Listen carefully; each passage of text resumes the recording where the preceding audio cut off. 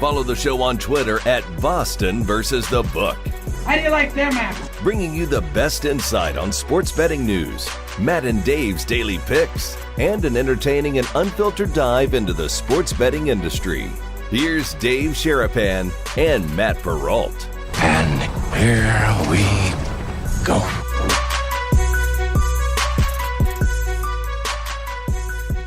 It's got that new home feel. What is up, boys and girls? Welcome into the first ever live broadcast on our own YouTube channel. If you have a friend, family member, brother, sister, mom, dad, who does not know that we are now here, please do us all a favor and let them know that we are here. Dave Sheriff and Matt Perrault, BBB on a Monday, Sports Grid Replay. What's up? You guys are late night owls. We appreciate you watching us each and every night on Sports Grid live on YouTube. We're still at Boston versus the Book. That hasn't changed. Live on Twitter, now live on YouTube. Pretty big week here. Dave went full dad mode, by the way, so he may be a bit on the high blood pressure side of things today to start the show. I took the medicine. I'm good. You went full dad this you morning. smell that? You know, it smells like a new car. It smells like a new house. New house. Do new houses smell? Yeah, I guess they do smell, right? With paint. Get that paint smell to it. Yes. That new paint. Listen, back in the day when you had to change the address every year because you were renting and they raised the rent and you had to move somewhere else, you walked in and it always smelled like new paint and that fresh rug smell most of the time. One place I moved in, it was an old musty smell. That was no good. But yeah, man, we're here. New house, same inside. We moved the furniture and brought it. Yeah. We ain't get new furniture yet. We can't afford it. We need a fucking sponsor. That's what we need. It's coming. I ain't worried about it. Manifesting, we got the brigade, right? Manifesting. Look at all these people in the brigade. They're all here. It ain't even Friday. It's Monday. I got a lot to say. No today. cigars. Oh, God. For those of you that missed it, we did a Twitter Spaces. And we had some East Coast guys. We had a lot of people from the East Coast. Oh, yeah. We had 300 people in there. I mean, and that was a spur of the moment thing because I knew you were going to go off on the Twitter and leave records. We couldn't leave records on. I was going nuts, and Dave just tweeted at me. He said, "Should we do a Twitter Spaces?" Spaces. I texted him. I go, "Are you serious?" Absolutely. Like, why not? All right. So we did an hour. We did a show for an hour last night. We'll do that more. I mean, I got a lot of people who DM me and said, "Can you guys do that more? Can you guys do?" Because you're right. People do get the interaction. We can bring them up and have conversations like the Saturday morning Discord channel chat that I used to do. But this would be after major sporting events. So like your instant reaction. Yeah. So after the Super Bowl, after March Madness, after whatever, a national championship game. I don't know. I liked it. After the Bruins lose, can we do it after that? Oh, they lost 3 in a row. I heard. They're leaking oil. Got one game left to get to the All-Star break. They got to get to Florida, man. They got to get some rest and relaxation. Well, I mean, they're going up to Toronto next, Yep, so one game left, and then they go. But I mean, that loss, that Tampa loss, and that Florida loss, and oh boy, that Carolina loss. Stuff happens. They got their ass kicked in Carolina. They were dead because the night before. I mean, that loss should never have happened. Florida. What do you mean? Yeah, they gave up a game-tying goal with 1.4 seconds to go. Stuff happens. One point they scored 45 seconds earlier to go up 3-2. I mean, they scored 45 seconds earlier, up 3-2, and with 1.4 seconds left, they give up the game tying goal, and then they lose it 2 minutes into overtime. Should have won that game in Florida. That's a bad loss. Yeah. And they were dead against Carolina against the Hurricanes. They had nothing. Is there ever a good loss, Perrault? Seriously, people say that all the time. Yes, that's a good bad loss. Well, of course, it's good losses. If you're a team, it's a loss. It's a loss. Is it not? Correct, but I do believe you can learn something in losses. I do believe you can learn what to do next time if you're in that position, not to have those things happen. Yeah. And I think if you're an undermanned team or not as talented team, there can be bad losses, sure, or good losses rather. But you're right. A loss is a loss. But losing a hockey game in that way, like the Bruins did, there's nothing to gain from that. Yeah, I mean, I guess it happens. It happens. But this shit happens. Nobody knows shit, then shit happens. People are starting to tweet at me all the time now. It's great. So it is a week of announcements, okay? So we have a lot of things going on. We have the new home for the Brigade on YouTube, which is right here, okay, at Boston versus the Book. At Boston versus the Book. We will have a new Discord channel, hopefully within the next 48 hours. We will. So if you're somebody who is, I did record them. Someone just says, if you guys do the Twitter spaces, can you record it? I did record it. It's on our Twitter feed. My God, you people, go and listen to it at Boston versus the Book. It's right there. You can go listen Don't to it. go at the Brigade, people. No, you already come at me and Farrah. Stop the bullshit. It's not Brigade. Someone just said, why didn't you and Dave tape it last night? We did. We did tape it. Like, what are you talking? It's my point. We did tape it. That's why I'm saying we did tape the spaces last night. It's on at Boston versus the Book. That's why. It's not on my Twitter account. It's on the show Twitter account. That's where we'll do it. We won't do it on our personal accounts. We'll do it on the show account. Oh, so that Discord channel is going to happen this week. So stay tuned. Be watching for it. What's really fun about the Discord channel? We got a few dimes of people in there. So please come on over. If you interact with people on there, tell each other, look, if you're like me at all, you got 100 things going on. You got wife, you got kids, maybe you got side piece, maybe you're whatever. You got pets, you got there's people with all this stuff. It's fine. Okay. Tell somebody and tell them like multiple times. Hey, you're gonna go to the Discord, to the BVB Discord. They're moving to Discord, this and that. So you don't get lost, one. And number two, we could get more people in the new one because new houses are nice. Now they're apologizing and saying sorry. They just said sorry, I didn't look. They just sent back a message, said, sorry, I didn't look. Thank you. I appreciate you watching and listening and paying attention. I do appreciate that. I will have an announcement tomorrow on Just the Picks, and I'll explain more of it tomorrow on the show here as to some things that happened to me personally. It's got nothing to do with the Brigade. It's just with me personally, and it'll explain what's happening for the Discord channel as well. So spoiler alert, it's nothing to do with a title shot. Because a lot of guys are going to come like, oh, Perrault's back in the ring. No, he's not. I get to I'm not announcing that, by the way. I'm not announcing. No, that's not how I roll. There will be no announcing of that situation, and I'm not getting married ever again. So there'll be never announcements of that. So that was a one-time thing. I had one kid. I have one ex-wife, and that's it. That's all I'm going. Only one. I turned 46 here in 8 weeks. I'm good. I'm about to enter the second half of my life, which is such a weird thought to go into the second phase. Back nine, starting the 9th hole and figure out where I want to go for the next half of my life. So it's kind of a weird moment. 45, 90 has always been that number I wanted to live to. 90. I want to live to 90. Yeah. My grandfather only saw 81. My grandmother only saw 85 or 87. I guess I think it was 87. She was. I want to see sign for either one of those. I want to see 90. That's what I want to see. That's great. So but give me 80 good and I'm good. That's cool. All right. We have the Super Bowl. Eagles versus Chiefs. I find this to be boring. It's 1v1. It's the one seeds. It's boring. It'll be a good game. I mean, they're good teams. They both match up well. I understand it's the biggest football game of the year, right? You understand we're going to be in Arizona talking about this. And I do. On day one after the matchup, you're going to go, this is boring. Did I pay my bet off yet? Wearing it? Yeah. No, you have to wear for another 15 minutes. And why? What do you mean? It's 30 minutes. You got to wear it for 30 minutes. I didn't say anything. I said I'd wear it on the show. We never set a timer. Go look at the tape. We just said you'll wear the Chief hat on the show if the Chiefs win.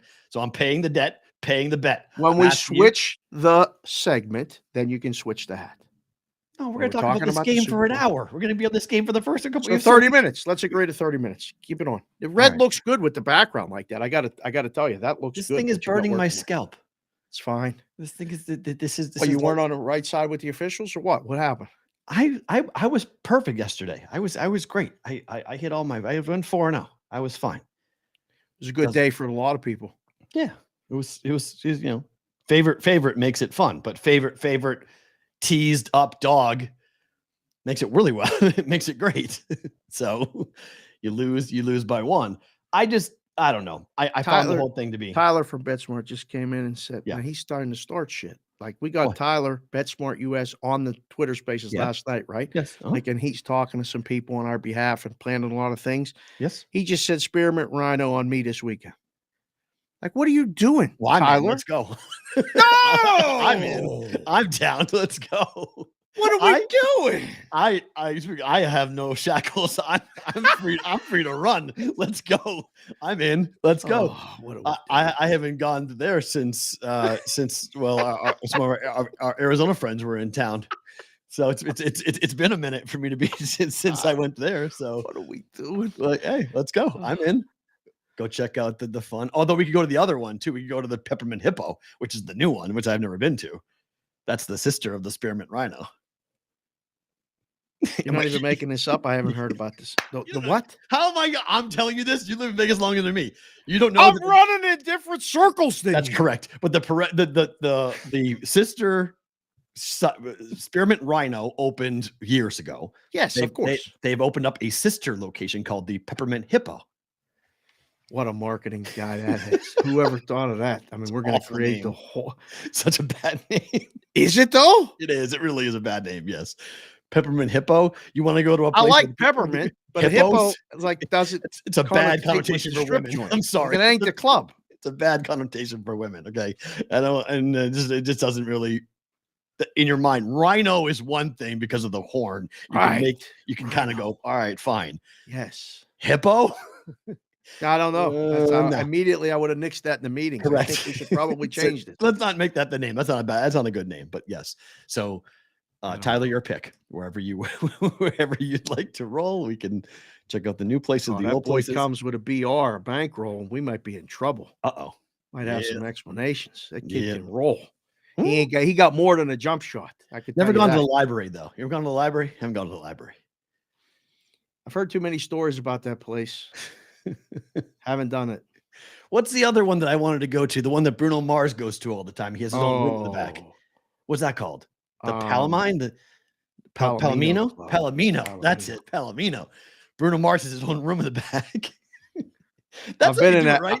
I've been in that parking lot. Oh, I don't think you're ready for the Palomino. okay. But that's the OG. way you do it, right? That's the that's the way you do it, though. If you go to and become a residency, you're doing a residency and you're Bruno Mars, what do? You find a club, you build a back room, and you have all your parties there. Oh boy. That's the way you do it. Is that what you do? Bruno Mars is smart, man. He comes in and goes from the show to the Palomino. I don't think there are many people talking that go to the Palomino. Oh, You know what I'm saying? Like Okay. it's probably a good place to do it. It's okay. All right. It's on the nose. Quiet. It's on the everybody's Mm, it's understood. it's understood. Yeah. You don't tweet, you leave your phones at the door type of thing. I don't even know if they let you bring the phones in, sir. That'd be great. Check all your phones. That's smart. I don't know why I hope more places in society start to do that. Leave your phone at the door. Concerts, shows, events, clubs. Leave your phone. Gyms. Now you're like old man yelling at the cloud. You ever follow the guy Joey Swoles on Twitter? I just found this guy about like a week ago. This guy's So awesome. if you found him just a week ago, what are the chances you think I know who Joey Swoles is? I don't know. I was asking, but this guy basically, there's this new trend on social media of women who are outing guys at the gym because they're claiming they're creeps. Oh, I actually do know who this is. Go See? ahead. And this guy's doing full videos kind of explaining, well, hold on a second. Before you crush this guy with your 10,000 followers on social media, calling him a creep and making him seem to be some type of incel loser, maybe he was just trying to use the same machine as you. Maybe he was just watching you do something unique. Maybe he thought you were doing something that was cool. Like, it's a public space. People can, their eyes can go different places. And I just think it's really interesting because at the gym that I go to, I see it a lot where women tape themselves doing events, doing different lifts and whatnot. And it's super awkward. It's like, we're not here to be videotaped. We're here to work out. Like, why are you taping yourself and make this into a photo shoot? Because in reality, there should be signage that says, coming into this space, you are consenting to being filmed, because there's no consent going on to anybody who's in the background who's being videotaped by these people who are doing it at the gym. So I have a huge problem with this. So I love what this guy's doing. More of it. Talk about the things shouldn't be done. Video phones are a problem. That's the story. That's the moral of the story. All right. Sorry to get you off track with the rundown. Oh, I got a million things going on. So we were on, and speaking of Tyler sniped this. Okay. He sniped the 2.5 last night with the Eagles plus 2.5 at Circa. See how we're working Here in Vegas. See Sniped it because it was available for like literally seconds, to the point 1 minute, where less than 1 minute, I believe, 47 seconds or something. I went back and looked at the line history. Benson posted the line. I love Benson. Benson's like, the market said our market said it was garbage. Yeah. It was. This is why I love Benson, because for all the shit he throws at people and all the stuff he says, he comes up and tweets this after the game. We opened up at KC minus 2.5, and the market said it's crap. It went from 51 to 49, and it went from plus 2.5 to Eagles minus 2.5. Yes. In like milliseconds. Mm-hmm. Pretty wild. I wonder who put that number up. I'd have to talk to JB on the side myself about that and see if that was just like somebody fat fingered it on the wrong side and then had to change it real fast. But Tyler said he got a limit bet or whatever it was on that. So that's good. But I told you, one of the most fun days that I had was opening up the Super Bowl number before the ink was even dry on the results of the Sunday night games. And just putting it up and letting people fire missiles at you. You know, what are we taking? 10 dimes a game, 10 dimes a pop. What are we taking on the total? 5. Oh, but it's a Super Bowl. Can we take 20? Sure. The one year we were taking 20 dime limits, openers. Wow. We had 150,000 in handle in 15 minutes. Do you remember, was that a week that a year that had a week off in between or no week off in between? Do you remember? The last one that I did like that was the Patriots and the Rams. Was there a week off? I can't remember. I'm just wondering, were you guys more comfortable taking those limit plays right away because the game was in 6 days, or were you more likely to slow play it if you had the full 13 days before the game? Listen, man, it's a Super Bowl. Okay. One guy was like, listen, we're going to handle $10 million on this game. Who gives a shit? Wow. Who gives a shit? Get to the number. If it take you 1 or 2 bets, you had to know, get to the number. Just get to the number. So, all the advanced lines on this game were pick and 1. So they knew what they were doing. They got the Eagle money early. Make sure. What if you open at 2.5 Chiefs and nobody bets it? But after you watch the games, I asked you this last night on the Twitter Spaces. I'll ask you again here, because for those of you that missed the Twitter Spaces, I'm glad you're here. Hit the like button while you're here, and definitely hit the subscribe button. Yes, because it's ours now. Hit the subscribe button now. The new house, the new neighborhood.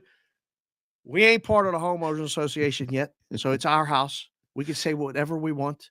Come hit the like button, hit the subscribe button. Tell one person. Just tell one person. Say, hey, these guys talk about a lot of stuff, including like the come and go, the Rhino. Who knows what's on deck later? I don't know, but nobody knows. Anyhow, when you do this, you got to get to that number fast. That's all we want. That's it. Doesn't matter who bets it, how they got there, but blah, blah, blah, blah. What would you have opened this? Like, what did you – so the advanced numbers were either pick or 1, and 1 could have been on either side. But after watching the games – yeah, the Eagles minus 1 would have been my opener. You're right. I would have said Eagles minus 1. I would have said 51. I thought the total was right. And then under. I would have been under, which is what happened. It crashed. But I think it could be a 23-20 type of game. I think it could be very similar to what we just watched in the AFC Championship game. But, I mean, you heard Tyler last night on the thing, and they have the total as 53. Yeah. So he wants to play over when he sees 50. So that's the beauty of this. I know this. Look, I know this. The Chiefs' defense is not very good. Okay. They have a good defensive line. Yeah. But they're going to give up points to the Eagles. The guy that was in the back was in the Bengals, Clark? Yeah. Frank Clark? The whole game. Yeah, Frank Clark's a phenomenal player. Yeah, they've got good defensive players. Just as a whole, as a defense, they're going to give up points. Eagles will score 20 points minimum. How many more over that? That's going to be my question. But they're scoring 20 points. So then you go, we know the Chiefs have to score. The question is going to be whether or not the Chiefs actually are going to be able to, given their limited receivers, lack of a running game, and a banged up quarterback. A lot more questions on the Chiefs side of the football than on the Eagles side of the football. Everything might play out right. Everything might play out perfectly for them. They may get healthy and Mahomes may be fine. And the receivers who got hurt last night are going to be able to play. But Kelsey was questionable going into the game with a bad back. So what happens with that injury? You've got 2 other receivers who went down with injuries during that game. Mm-hmm. And you had an offense that was really having a tough time. They can't pick up 3rd and 1. I mean, Romo wouldn't shut up about it. 3rd and 1, 3rd and 1. They're 50%. They're 3rd and 1, 3rd and 1. He wouldn't stop talking about it. Oh boy, here he comes with the Romo take. Oh boy. Oh, I got that. We'll say that for later. But like, oh god. But so that's the. I don't know. So I would say Eagles -1, and I would open at 51. We ready to get into the real crux of the conversation? Hold on. Where's my glasses? You gonna do this right now? We have the Super Bowl, but before we get to the game, we'll have 2 weeks to break the game down. We do need to talk about the AFC Championship game. We do need to talk about the referees, and we do need to talk about the fact that this is a major problem for the NFL. Oh, I'm going to say this loud and clear. The NFL doesn't give a fuck. Oh boy, oh god. They don't care about whether or not we are mad, we are upset, we think it's wrong, we think they're inept, we think they're incompetent, we think these guys suck. They don't care about any of it. Because the NFL has taken the college football mentality that all conversations about your product are good, whether people are pissed off or not, because they have every chance. When I found out this year there is a microchip still in the football, and they have decided not to do anything with it for years since they put it in starting in 2017. I don't know what to do with it. And 6 years after doing this, they have not advanced that technology to the point where we actually are still using God-forsaken chains that break, by the way, in back-to-back weeks. The chains snapped. They very rarely break. It's cold. Okay, back-to-back weeks, the chains broke. Like it's 1960, and we have 65-year-old dudes who can't get out of the way who are holding these damn things up. We're not using digital clocks for the down and distance. We're not using digital measurements. We're not using lasers across the goal line. We're not using cameras on every single out-of-bounds pylon. It is ridiculous how we are right now. And I'm sorry, but there's a lot of owners who are going to leave this earth in the next 10 years. And when they do, or 20 years, and when they do, the new owners will come in and the league will finally take its rightful place and where it needs to be in the sports technology world. Because these are old guys who think that it's 1975 and we should play the game the same way. And they won't do the things we have to do to advance it. That's why you get old referees doing old things, not being taught or trained the same way. This is a billion-dollar organization. Why aren't these referees taken to an NFL camp? They're paid full-time salaries, and all they do is work like the players do. Constant work, constant updating, constant competition. Doing all the time. It's not a full-time job, is it? It needs to be, and it should be. Hey, man, this is the most valuable thing in America. Work on Sundays. Think about this, okay? There's the U.S. government and there's state governments, okay? And then after that, there's Google, there's YouTube, there's certain tech companies, and then there's the NFL. It's in the conversation for one of the most valuable things that this country operates. And you're telling me we can't afford to pay guys $200,000 a year, stick them in one place, and teach them how to do this properly? Or if they can't, replace them with someone who's not 65? When was the last time you saw a referee that looked like he was in his 20s? Do I want a guy in his 20s? Yeah, I do. I want guys who actually are in the prime of their athletic career. I want guys who are really, really sharp and good. I don't want the Bill Vinovich of the world, these 65-year-old gray hairs running around. Because the young guys don't know shit. What are you talking about? Do they? I don't know. I can't tell you where they do or they don't. I just know the guys who currently do the game don't know shit. They can't do it. They can't keep up, and they miss it all the time. But don't we have this thing that they put in their ear and they talk to the people upstairs, and then they can tell them, like, you messed up and let's get this right? Like, what? No, because now they call Sterator in the booth and have Gene go, well, I don't, and it's still, the call isn't right. Yep. It decided the AFC Championship game. Multiple bad calls. Fourth quarter was an abomination. This is crazy. Our friend Casey Olsen tweeted this out this morning, which is he took a screenshot of the fourth quarter. Yes. And the penalties that were called. Yes. I mean, Cincinnati, it's insane the number of penalties they had in the fourth quarter that were thrown against them when they had the football. Yeah. I mean, and then the problem I have is not just the flags that were called. Because look, Patrick Mahomes got hit out of bounds. There's no question about this, okay? Yes, he did. He was a late hit. That's a late hit. That's an auto By the letter flag. of the law, it was a late hit, but the guy was running like a missile. He was, but that's a late. I mean, he was 2 steps out of bounds. I have no problem with It was that a flag. step out of bounds, and he didn't actually hit him. He ran into him. Yep, but it's Two different that things. is pass That's a interference. penalty by the law. It should be a penalty today, tomorrow. That is a. My problem is they didn't call the block in the back on the kick return, and they didn't call the holding on that very play. There are 3 holds, and this has been Not documented. one, not two, but There's 3. 3 different offensive linemen. Three It like this or happened 3 like this? consistently. It's happened this year in key moments where the NFL has basically allowed the referees to put the flag in the pocket and say, we're not calling holding in these. And basically the message got received by the offensive lineman because they're just going to mug the defensive guy, and they don't allow, and they're not going to flag. So the defensive guy cannot get anywhere near the quarterback. And that's how Mahomes got loose. That's how he got out. And the flag should have come out there. So a block in the back that wasn't called that set up the field position, because then Casey takes a knee, we go to overtime. And then the non-holding call on the scramble for Mahomes, and a 15-yard penalty gives him a 45-yard chip shot field goal to win the thing. This is why people were saying, well, the Chiefs didn't win the game because of the refs. No, the Chiefs were given the chance to win the game because of the refs. The refs put them in that position where they should not have been placed. That game should have gone to overtime, and we were robbed of an overtime that could have decided the game more fairly and more equally, where we would see which team actually was the better of the two. Not bad. I disagree with a lot of the bullshit that you say sometimes, but that was actually very well said.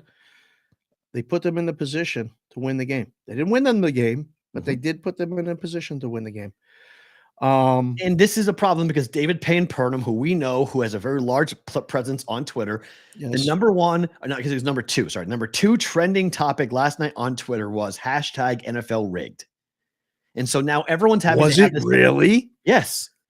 And now this morning, David Payne Purnham has to tweet out the NFL is not rigged. Adam Schefter had to go on Pat McAfee show this morning and say NFL is not rigged. You have all of these people having to come out and say this because the NFL is not rigged. The NFL is inept.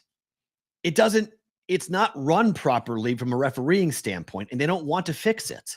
We're never getting off late night. Why? That's the truth. I understand. I'm defending the league. I'm defending the league as just saying there's not some big conspiracy theory out there where somebody in a white tower is picking up a phone and doing a Buffalo Wild Wings thing of like, make the Chiefs win.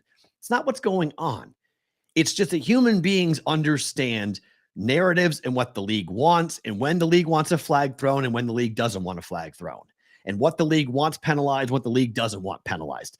And that's, of all the things that we took away from the NBA scandal with Tim Donaghy, it wasn't that Tim was betting or not betting or what he was doing. It's that he said publicly that if you listened as an NBA referee, you knew what the league wanted. The league didn't have to say anything. You just sat in a meeting or sat and saw who got assignments and who got what promotions, and you knew what was going on.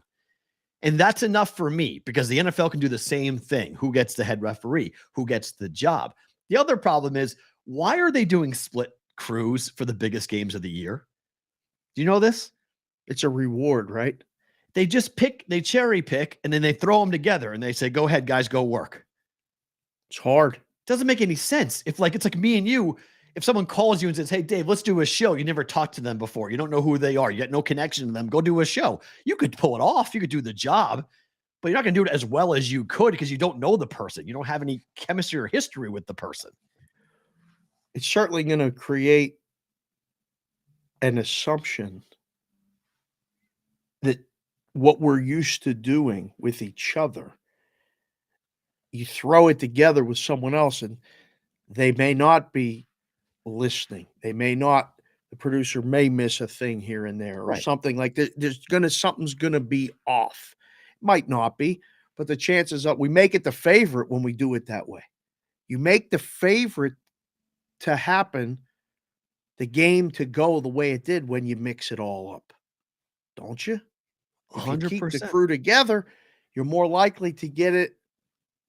I don't know. Is that by design? Yes. It's by design. It's a way of having more controversy is good for business.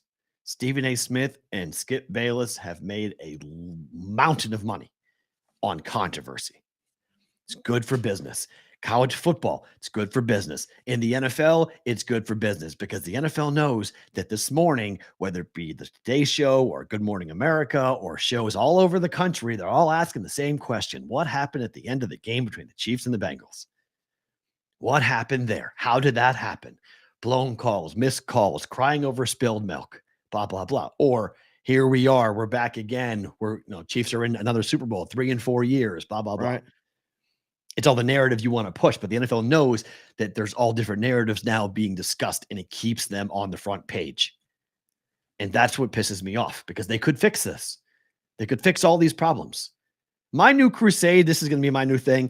I need, when we go to Arizona, I hope that we can talk to somebody from the NFL on the show or at the State of the League address or something. We can have a conversation. I really want the league to say something publicly because I've never heard it and maybe I just haven't found it, as to why there is not a universal number of cameras for every televised game in the NFL. Good question. Why does the NFL allow the broadcast entities to dictate when and where they use certain types of cameras and what camera shots can be left behind and what camera shots can be had? Because I shouldn't be able to get a call. Isn't there a minimum number of cameras? I mean, there might be add more, but I mean, I would have to think there's got to be like 8 cameras at every game. I mean, I think they leave it up to.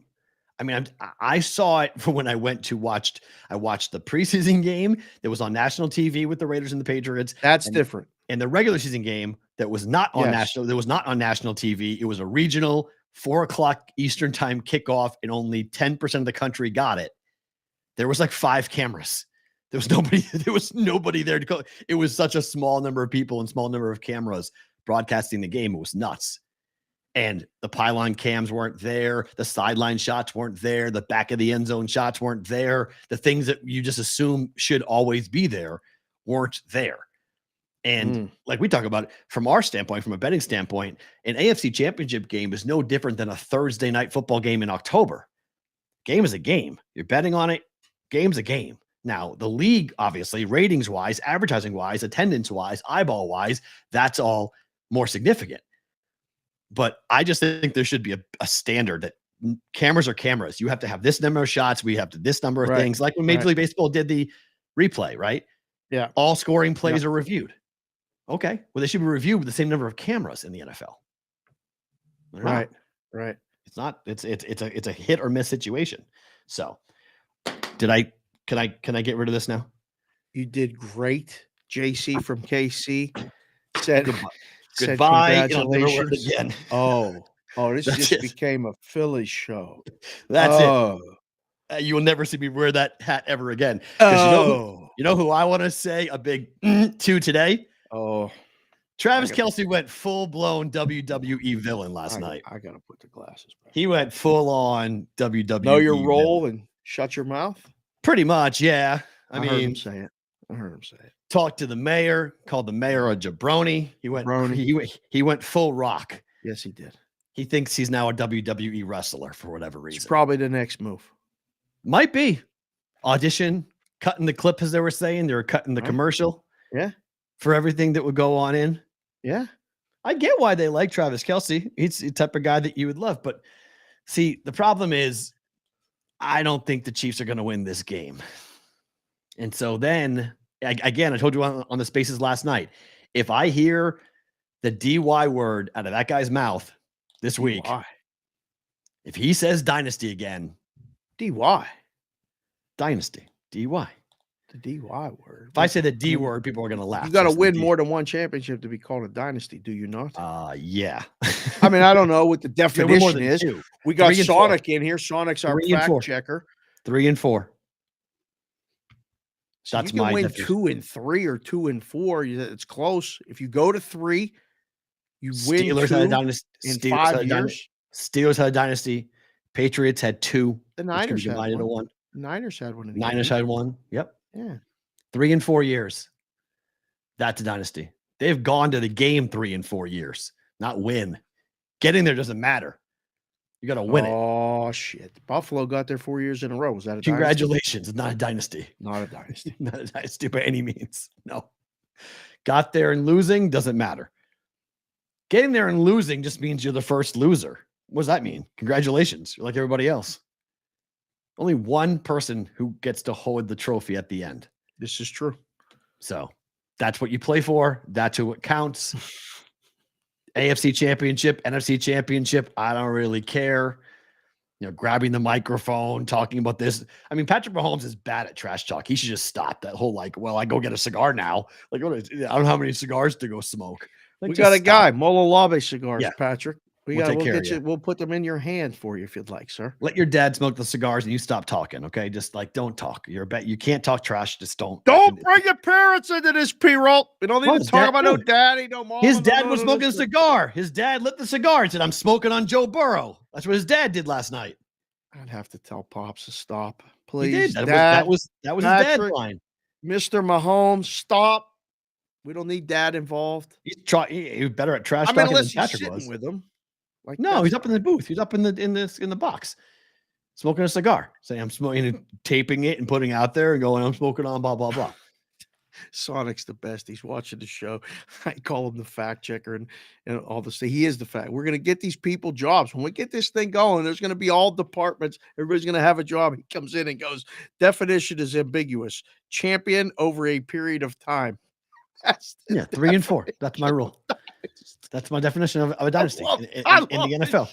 It's 3 and 4. It's what it is. It's not 2 out of 3. It's not 1 and 3. 4 out of 4 is pretty damn good. So Pittsburgh pulled that off. 4 and 6. Yeah, they went in four times 4 in and 6 years. Yeah. They won it 4 times. They went 74, 75, lost to the Raiders, 77, 78, 79, 80. They won. Has anyone won 4 in a row? Super Bowls? No. Yeah. No. But 3 in a row is the high. 3 in a row. Who won 3 in a row? I thought it was only 2. Oh. Patriots didn't. Patriots won 3 and 4 twice. Right. Yeah, I don't think anybody's won 3 in a row. There's been back-to-back winners, but nobody's won 3 in a row. I mean, and that's great for business. I mean, somebody check it.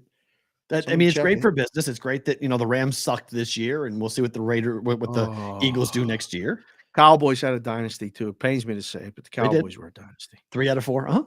Yep. Yeah. Definitely. And I mean, those are the brand names. Those are the marquee teams. Those are the most valuable teams. Look at the value of NFL franchises. It's Dallas, New England, 1, 2. Pittsburgh, I think it's in the top 5. San Francisco's in the top 5. Yeah. Teams that have had dynasties are still the ones that have the most value. Are dynasties good for sports? Like, I know you're poo-pooed with the 1-1 matchup, the 1 seeds, but dynasties are good for business, aren't they? Whose dynasty are we talking about in this game? No, any dynasty, period. Oh, I think it's good. Yeah. I used to have this battle in the book. They're like, "Oh, handle would be better if it was this and that." This is the dream. What we got with this game. We got the 1 seeds. We got a big market, Philly. We got a wannabe big market in Kansas City. Yes, I said it. Okay. True. That's true. All right. It's Kansas City. One of the most truthful thing you said in a while. Everybody chill. You can come at him all you want. It's still Kansas City. And you guys like to, and you come and you say it with your chest out. That's fine. That's great. But it's a dream for the NFL. We got both number ones. We got both. We know all the narratives. I wish the game was Sunday. Like, we got to have a whole nother week to talk about this and find these different things.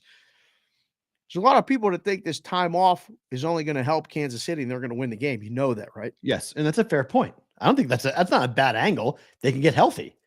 Right. Time off is huge to get Kelsey's back, to get Hardman's ankle, I think it was, to get Mahomes' ankle. I mean, there's all sorts of benefits. And then you're chilling out this Eagles team. You're cooling them down. Andy Reid off of a bye. All of these things we're going to hear, all these narratives that we're going to hear, then they're going to come around over and over again. We're going to hear about all the ingenious and how brilliant it is.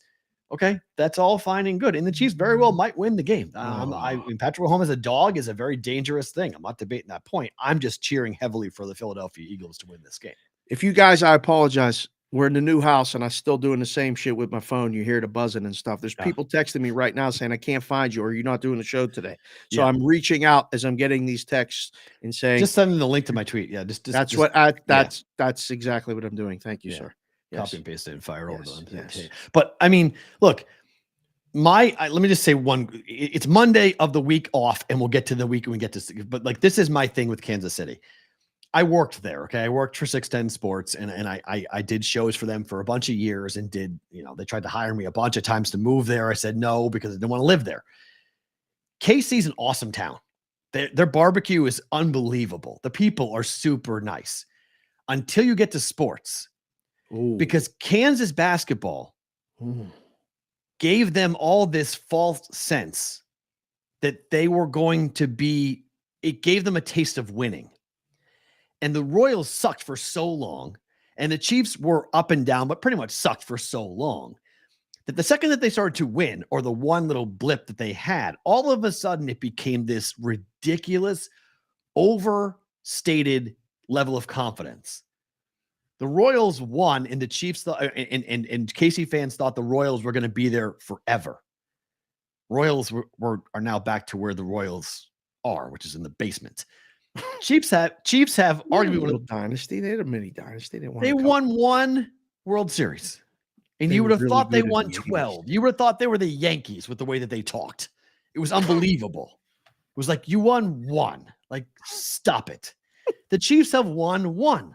Okay. And that's good. That's more than Buffalo. So you got that going for you. Okay. So you're over up on the Bills. Congratulations. Oh boy. But if you lose this game, you're going down the path of the Buffalo Bills. And I don't want to hear a damn thing about how wonderful this and how wonderful that. And, oh, what about this? And what about that? You got everything working for you now. All the excuses are out the window for Kansas City here. Everything. And I'm going to say this here on the Monday leading into the game. I don't give a fuck that Andy Reid coached the Eagles. I don't care. Oh, shit. No, you did. Don't care. This is a boring narrative. This is a stupid narrative, because Andy Reid won nothing with the Eagles. Where's the dark glasses? I need to. He won nothing with the Philadelphia Eagles. So why do I want to talk about Andy Reid and what Andy Reid did with the Eagles? Zip. None. Okay. And I'm not the only one. There's Philadelphia media who are coming out. Don't bring these people into it. Like Devin, who says, getting ahead of it now, Andy Reid never actually won anything for Philadelphia. He left and built a dynasty for a different team. Yup.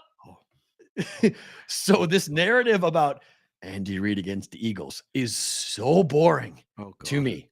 What's he doing? I do not care. And I give people in Philadelphia credit for pointing this out the same time I was pointing this out, that no one gives a fuck that Andy Reid coached the Eagles and was fired in 2012. It's 10 years ago? Yeah. I don't care. It's so 10 years ago? And that's all we're going to get. Where were you 10 years ago? In 2012, I had just moved home. No, yes, I just moved home. I just moved back to Boston. I was writing tickets at the M Resort. I only had 2 kids at the time. I wasn't even married. Wasn't even coaching yet. No, we just started coaching the rec ball that year. That was it. That was the year that my wife said, if you keep standing here bitching about the coaching and not coaching, then you got to stop bitching. And I love it.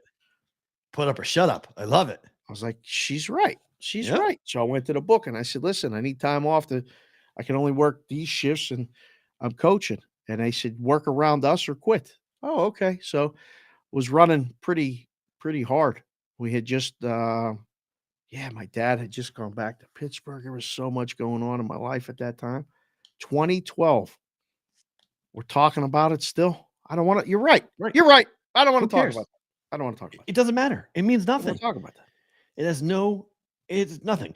And the other thing I want to say about this talk as we go into the week, I don't want to hear about the Eagles and this lucky run that they had. I don't want to hear about this either. I don't want to hear that the Eagles had they had the luckiest run of any team to get to the Super Bowl. They were so fortunate. I don't want to hear about that either.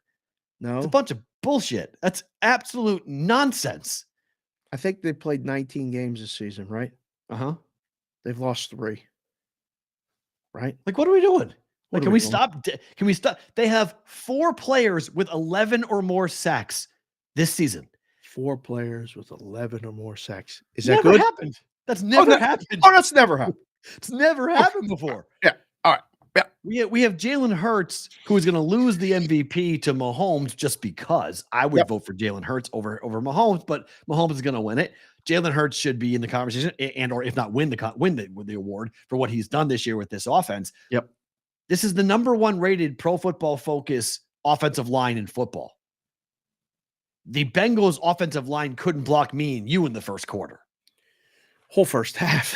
Okay. They was having a little trouble just getting that back foot set on a drop. They couldn't back. do anything. Okay. The offensive line was horrific. Yeah, they couldn't figure that shit out. Yeah. And Frank Clark ate their lunch. But that's not what is going to happen here when the other Kelsey brother and the offensive line for the Eagles is going to go up against the Chiefs. They're going to run the ball. Bengals gave up on the run. I was kind of surprised how early they kind of gave up on the run. But, I mean, there are some real weapons. A.J. Brown's a really big problem. Devontae Smith's going to be a really big problem for those rookies in the safety cornerback realm for the Chiefs.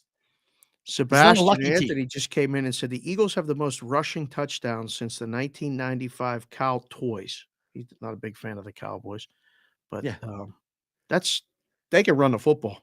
It don't matter who they're playing. Brock Purdy could have played all 4 quarters. Uh-oh. And Eagles are still in this game. Okay. Stop this narrative. Brock Purdy's injury is why the Eagles are in this game. Please stop that. Okay. Chose violence Christian this morning, Matthew. Christian McCaffrey's ankle was a problem. Elijah Mitchell was out. That's a problem. They couldn't really run the ball that well against the Eagles. And it didn't really matter who was throwing the football, to be frank. Okay.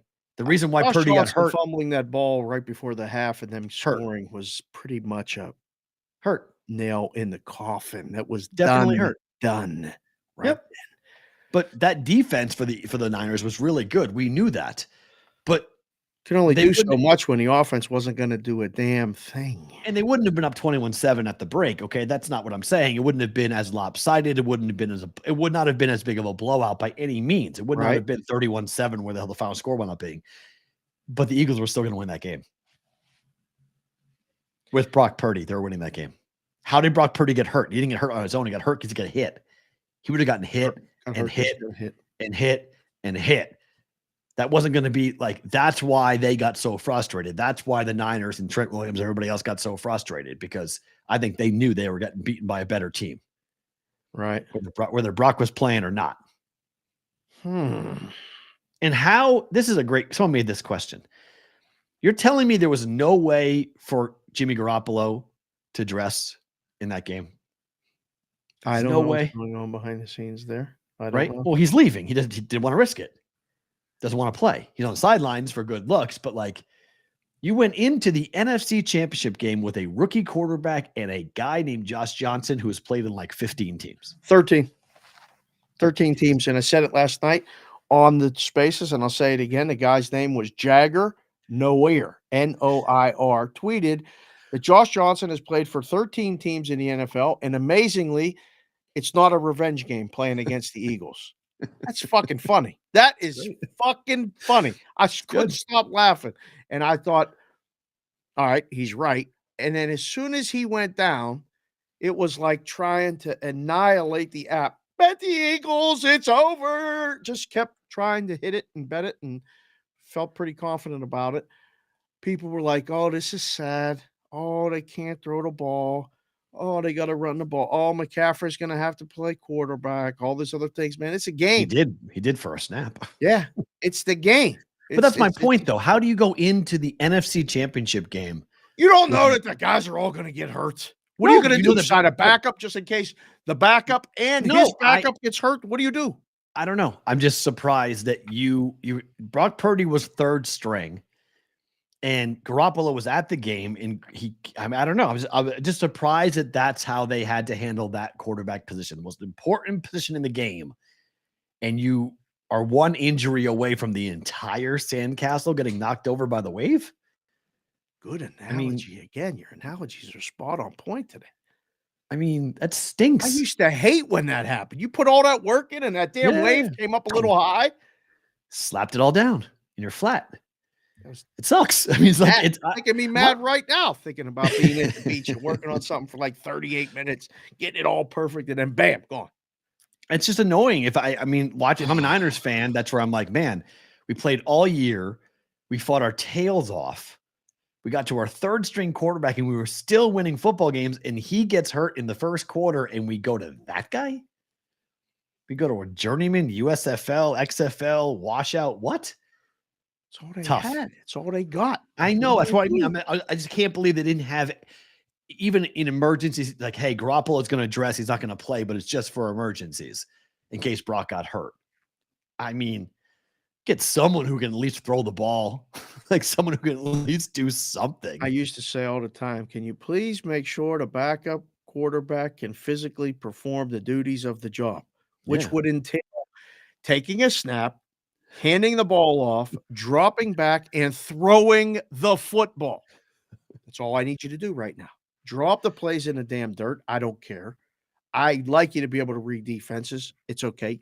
Physically, can you perform the duties of the job? This is what you're left with. I don't know. But the Eagles are legitimate. Okay, they're legitimate. Take nothing from the NFC Championship, though. There's nothing to take from that game.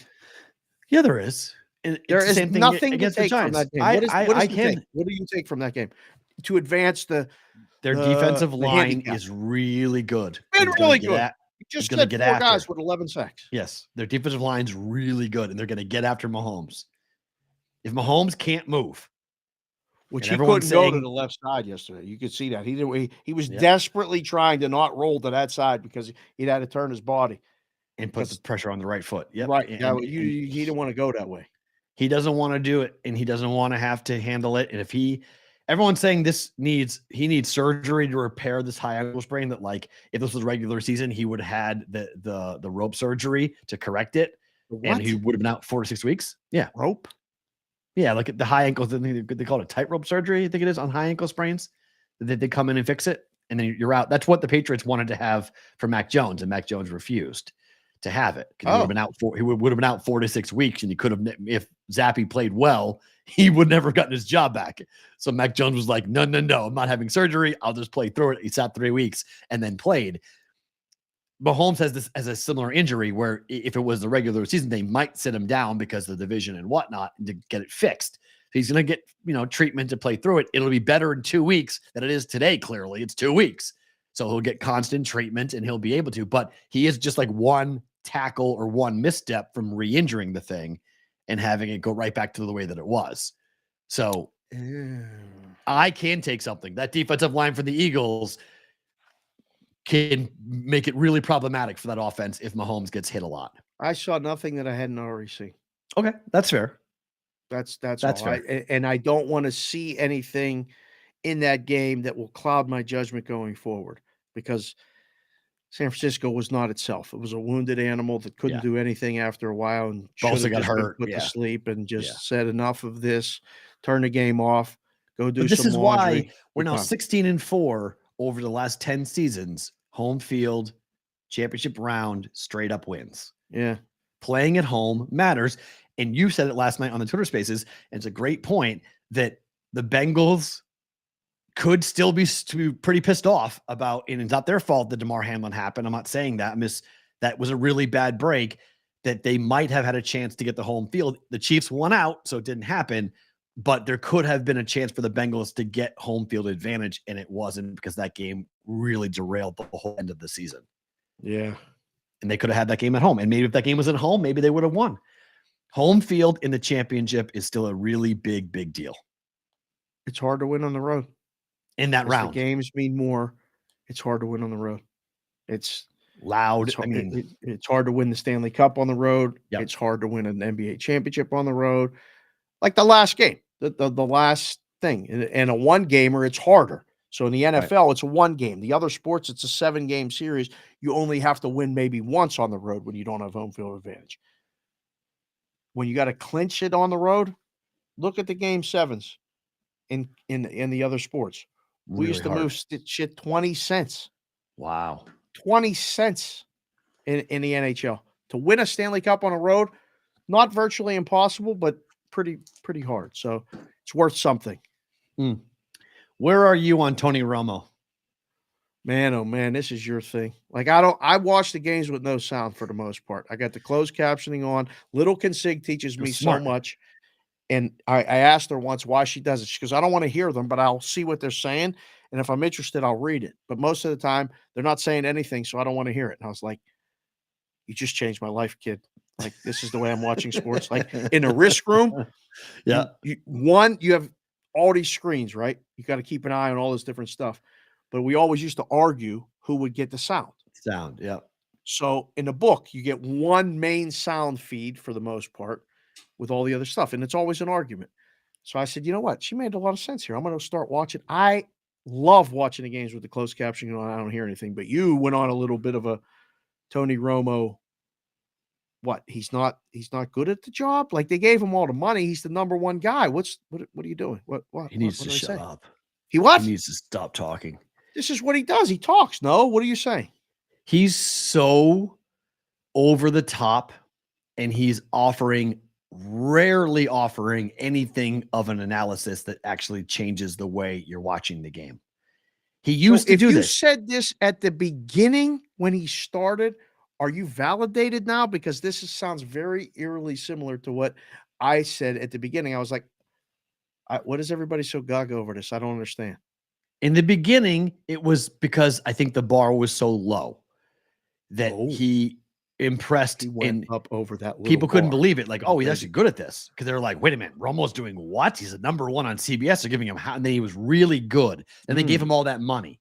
And he has regressed dramatically. Oh. He said some really dumb things last night that did not, if you really go back, and he said the wizard is still wizardry.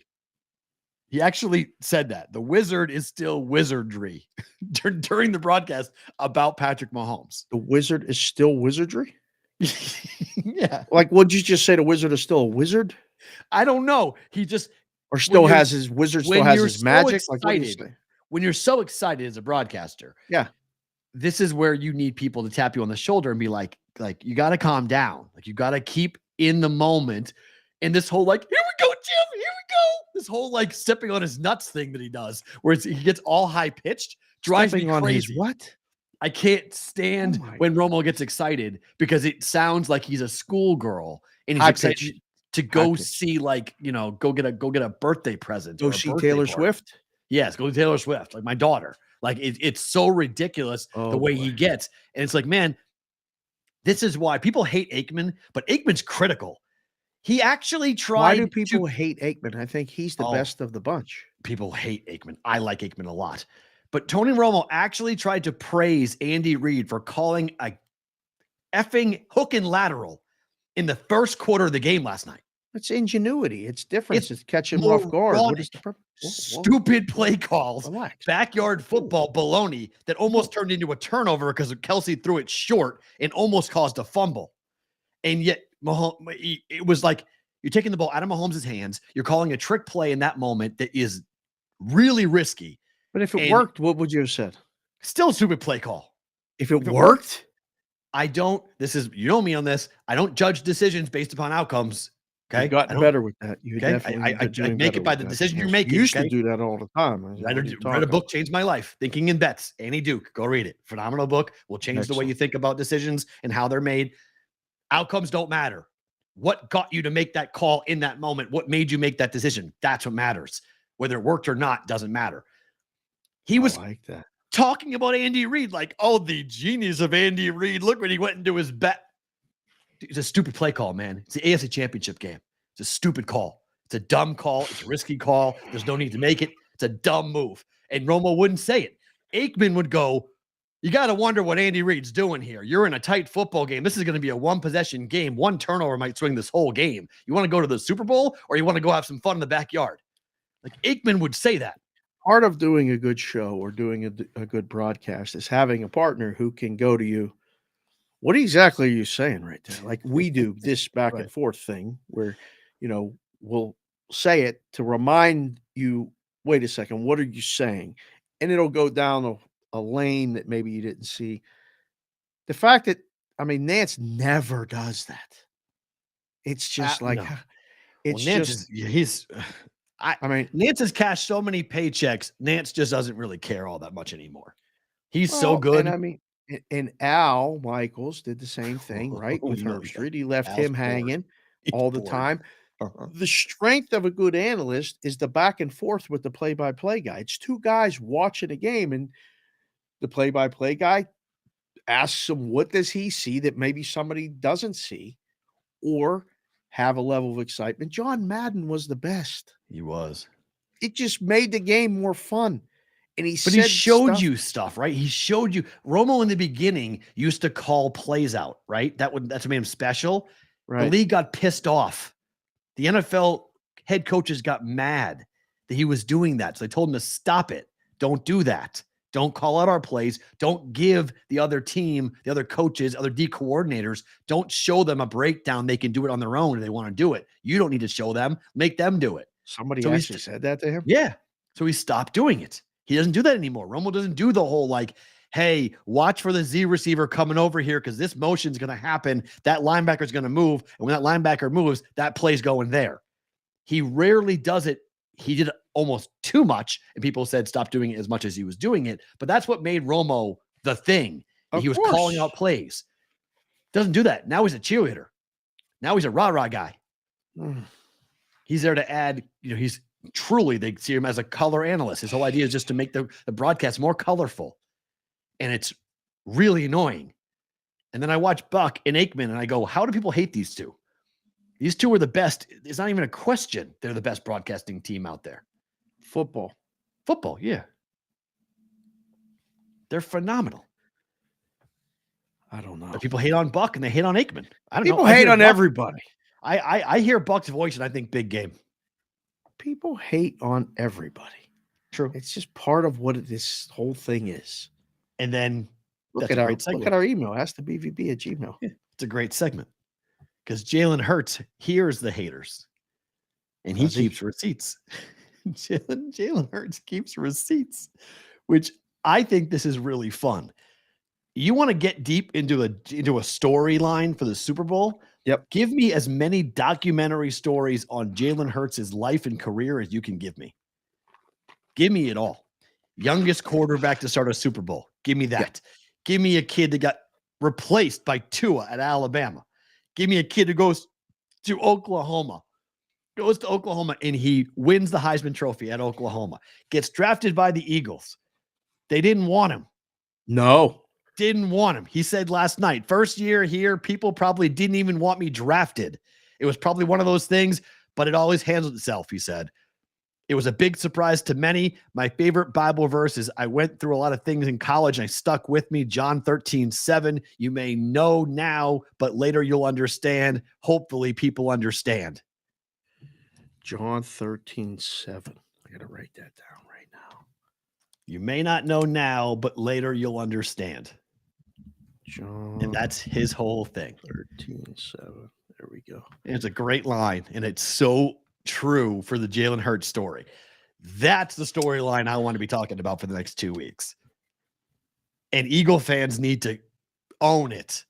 You guys didn't want this dude. You guys wanted him gone. You wanted Nick Foles back. Yep. You wanted somebody else.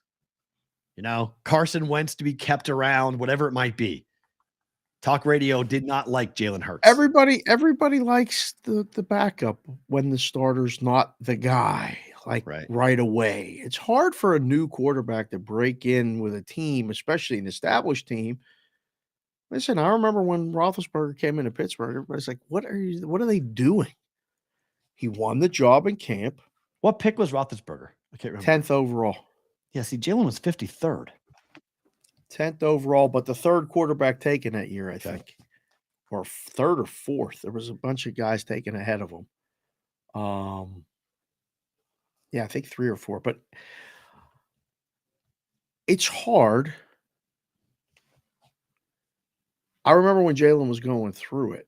Mm-hmm. When Alabama just basically said, we don't need you anymore. Well, let's be fair. I know, but let's be fair. He was really struggling in the championship game. Nick Saban replaced him with Tua, and Tua went and threw that ball, threw that bomb to win the game. Yeah. that was one of the best coaching moves. That was a huge, tough decision, but you saw the future for Alabama in that freshman who came in that moment, who made an incredible play for the Crimson Tide. It made it clear that he wasn't going to be there. So he went and left and went to Oklahoma, had success there. Won the Heisman. Yeah, did okay, right? Yeah, did okay with Lincoln Riley, just a little bit. Goes to Philly, one of the hardest places to make it. You know, it's like New York, just a little bit different. It's rough. It's like Boston. It's hard. Yep. But once you do, like what he's doing, if this culminates with a Super Bowl championship, like he's owned the whole thing. Mm-hmm. He's owned the whole thing. If he wins, he's on the wall. Oh, agreed. He's on the wall. He's a Philly legend, but he's a sports icon. He becomes one of the best stories of my life, of watching a guy through perseverance who just keeps on getting knocked down. Like, this is what Philadelphia really is about. Philly is Rocky. Philly is all the different stories about guys who get down their luck, who come back. Jalen Hurts represents the city in a really very, very, he's a great indicative or great representation of Philadelphia. Go and fight. Kick your ass through it and find a way to win. D Weezy just came on and said SportsGrid just ran a BVB promo and Matt had the same hat on. Yes. LOL. I mean, he wears the same hats. I wear the same hats too. Yeah. Norm came in and said, I was a Wentz guy. I did not think Hurts could be he. Mm-hmm. And there was a lot of that. And own it. And that's fine. He's your guy now. Amen. But understand, make the story even better because you doubted it. And hey, man, just own the doubt. I didn't doubt you. I didn't believe you. But this kid clearly could. He believed in himself and nobody else would. Tyler just came in the chat and said, if you had Bible verse mentioned in January, please allow us 2 weeks to arrange financing for cashing your plus 292,739 ticket. Thank you.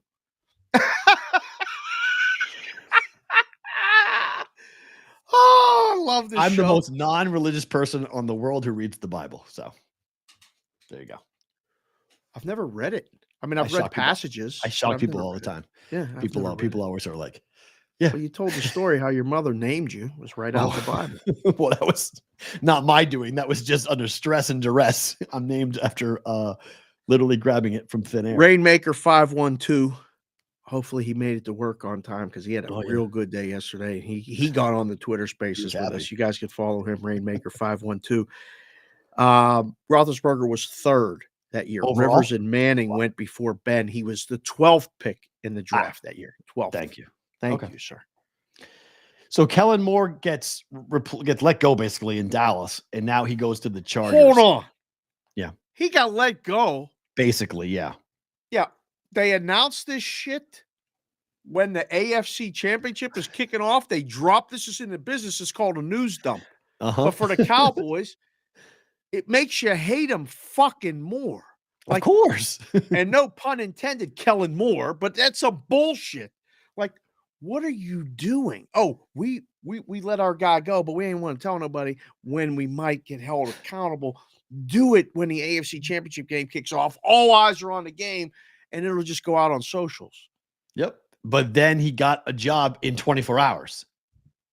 That shit was already lined up, right? Yes, it was. So he gets the Chargers job now to be the OC. He goes from Dak Prescott over to an offense that I think is going to be pretty fun here. With this, I mean, I'm got to be honest. If I'm picking who I want to coach, I'm taking Justin Herbert over Dak Prescott. Personally, well, it's a good move. It's in. You got all the tools. Running back, offensive line that's decent, not great, but decent enough, and two very good wide receivers and a very good quarterback. You got all the tools, and you got an owner that I don't think is Jerry, so that's fine too, right? Yep. Like I figure you got some rope here to work with. Good for him. And Mike McCarthy had to justify staying, so the way he justified staying is by firing everybody. So that's the move, right? So as justify staying, he got to the playoffs and won a game. What the hell? Yeah, he fired everybody to keep his job. That's what happens. So like this is the beginning of the end for any coach. So like firing a coach of 2 seasons that made the playoffs looks bad, but Jerry's not happy. So what you do is, okay, Mike, you're staying, but your whole staff is getting blown out.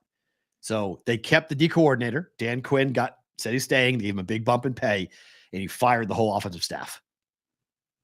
The offensive staff maybe should have been fired. No, I don't know. I mean, they put up some decent numbers. Dak was the problem, throwing picks like crazy.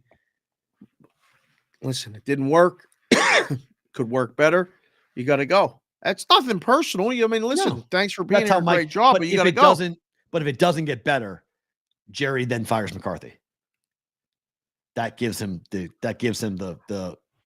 domino effect. The margin of error is so slim in the NFL. And I don't know what success is measured by, because, teams will get to the championship game 3 years in a row or 3 and 4 years, and we call them not a success, because they didn't win it. Right. I don't know what he's measuring it by without being in the organization, but if they're going to fire, they better have somebody to hire right behind them. Sean Payton's coming off the market. He's talking to everybody. So if they can convince Sean to stay on the sideline, do the Fox for another year. Yep. And that's what he thinks. I think he's waiting for one of those Dallas Cowboy level jobs. I don't think he wants to go to the Panthers. I don't think he wants to go to the Cardinals. I don't think he wants to go to one of these middle tier, programs or, franchises. He wants to go to a big boy that has big market and big money and wants to go and win. He wants to have everything in place to go win right away.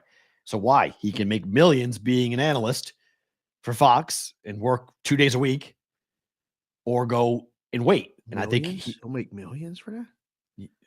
Yeah. He'll make millions. Yeah.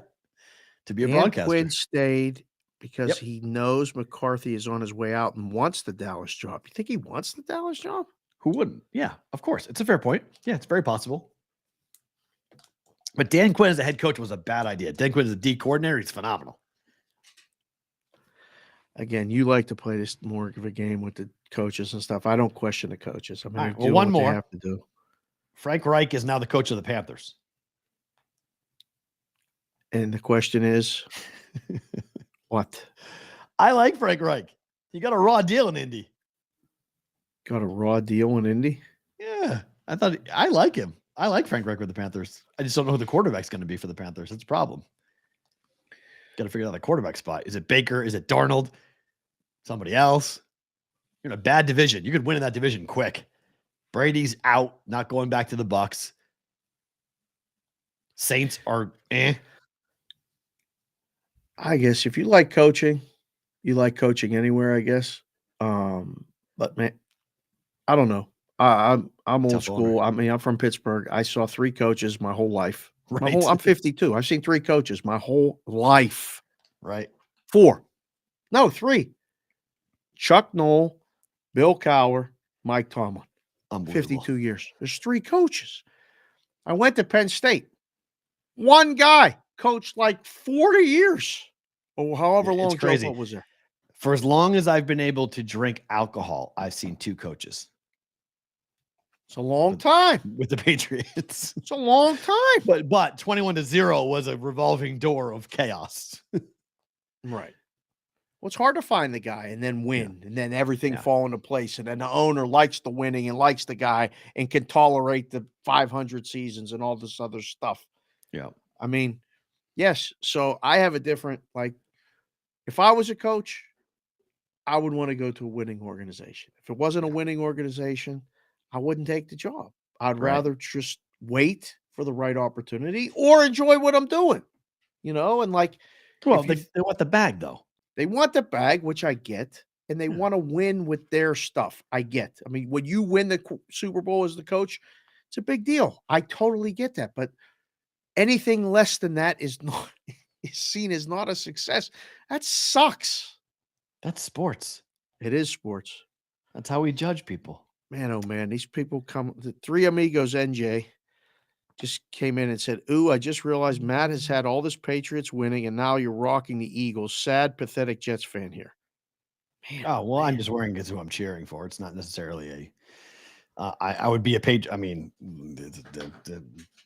don't worry. But leave that nasty hat. Seriously. This isn't nasty. You don't need to wear that. The hat is nasty. That's the nasty. This thing. No, it's not. Oh, that's the red one. The red one is the sweat hat. Yes. The workout hat is the red one. Patriots hat is boxing hat's the red one. This is Fair. This is not there. That's Maul Lobby just said, you guys didn't answer the question. Can you get the cigars in the hands of Patrick Mahomes? Can I get cigars in the hands of Patrick Mahomes, Steve? Let me make a phone call. Come on, man. No. Did he just text us that right now? Yes, right now. Said Dave didn't answer the question. Can you answer the question? Dave didn't answer the question. Steve, you got the number. You know when. I mean, you know we do the show every day right now, Steve. I love when people text us while we're doing the show and they know we're doing the show. Oh, yeah. What do you expect me to answer? They don't want to hear the truth right now. All right, real quick. Bobby Hull passed away, age of 84. Yeah, bummer. Stinks. Golden This dude, Jet. heck yeah, man. The Hull name in hockey is such a synonym. It's such a powerful name. Blackhawks announced it today. He played 15 years with the Blackhawks, a franchise career leader in goals with 604. Game-winning goals, 98. Hat tricks, 28. He's first in those three categories in Blackhawk history. Third in points in Blackhawk history. Condolences to him and the family, Brett yeah. Hall and the family, and all that stuff. I only saw a video of him, and he was always one of those guys that, you hear about. You should have seen Bobby Hall skate. You should have seen his shot. He was a guy that changed everything. The hair, blonde hair was people in Boston would talk about. Guy had character, the flow, the locks, the golden hair. So I call him the Golden Jet.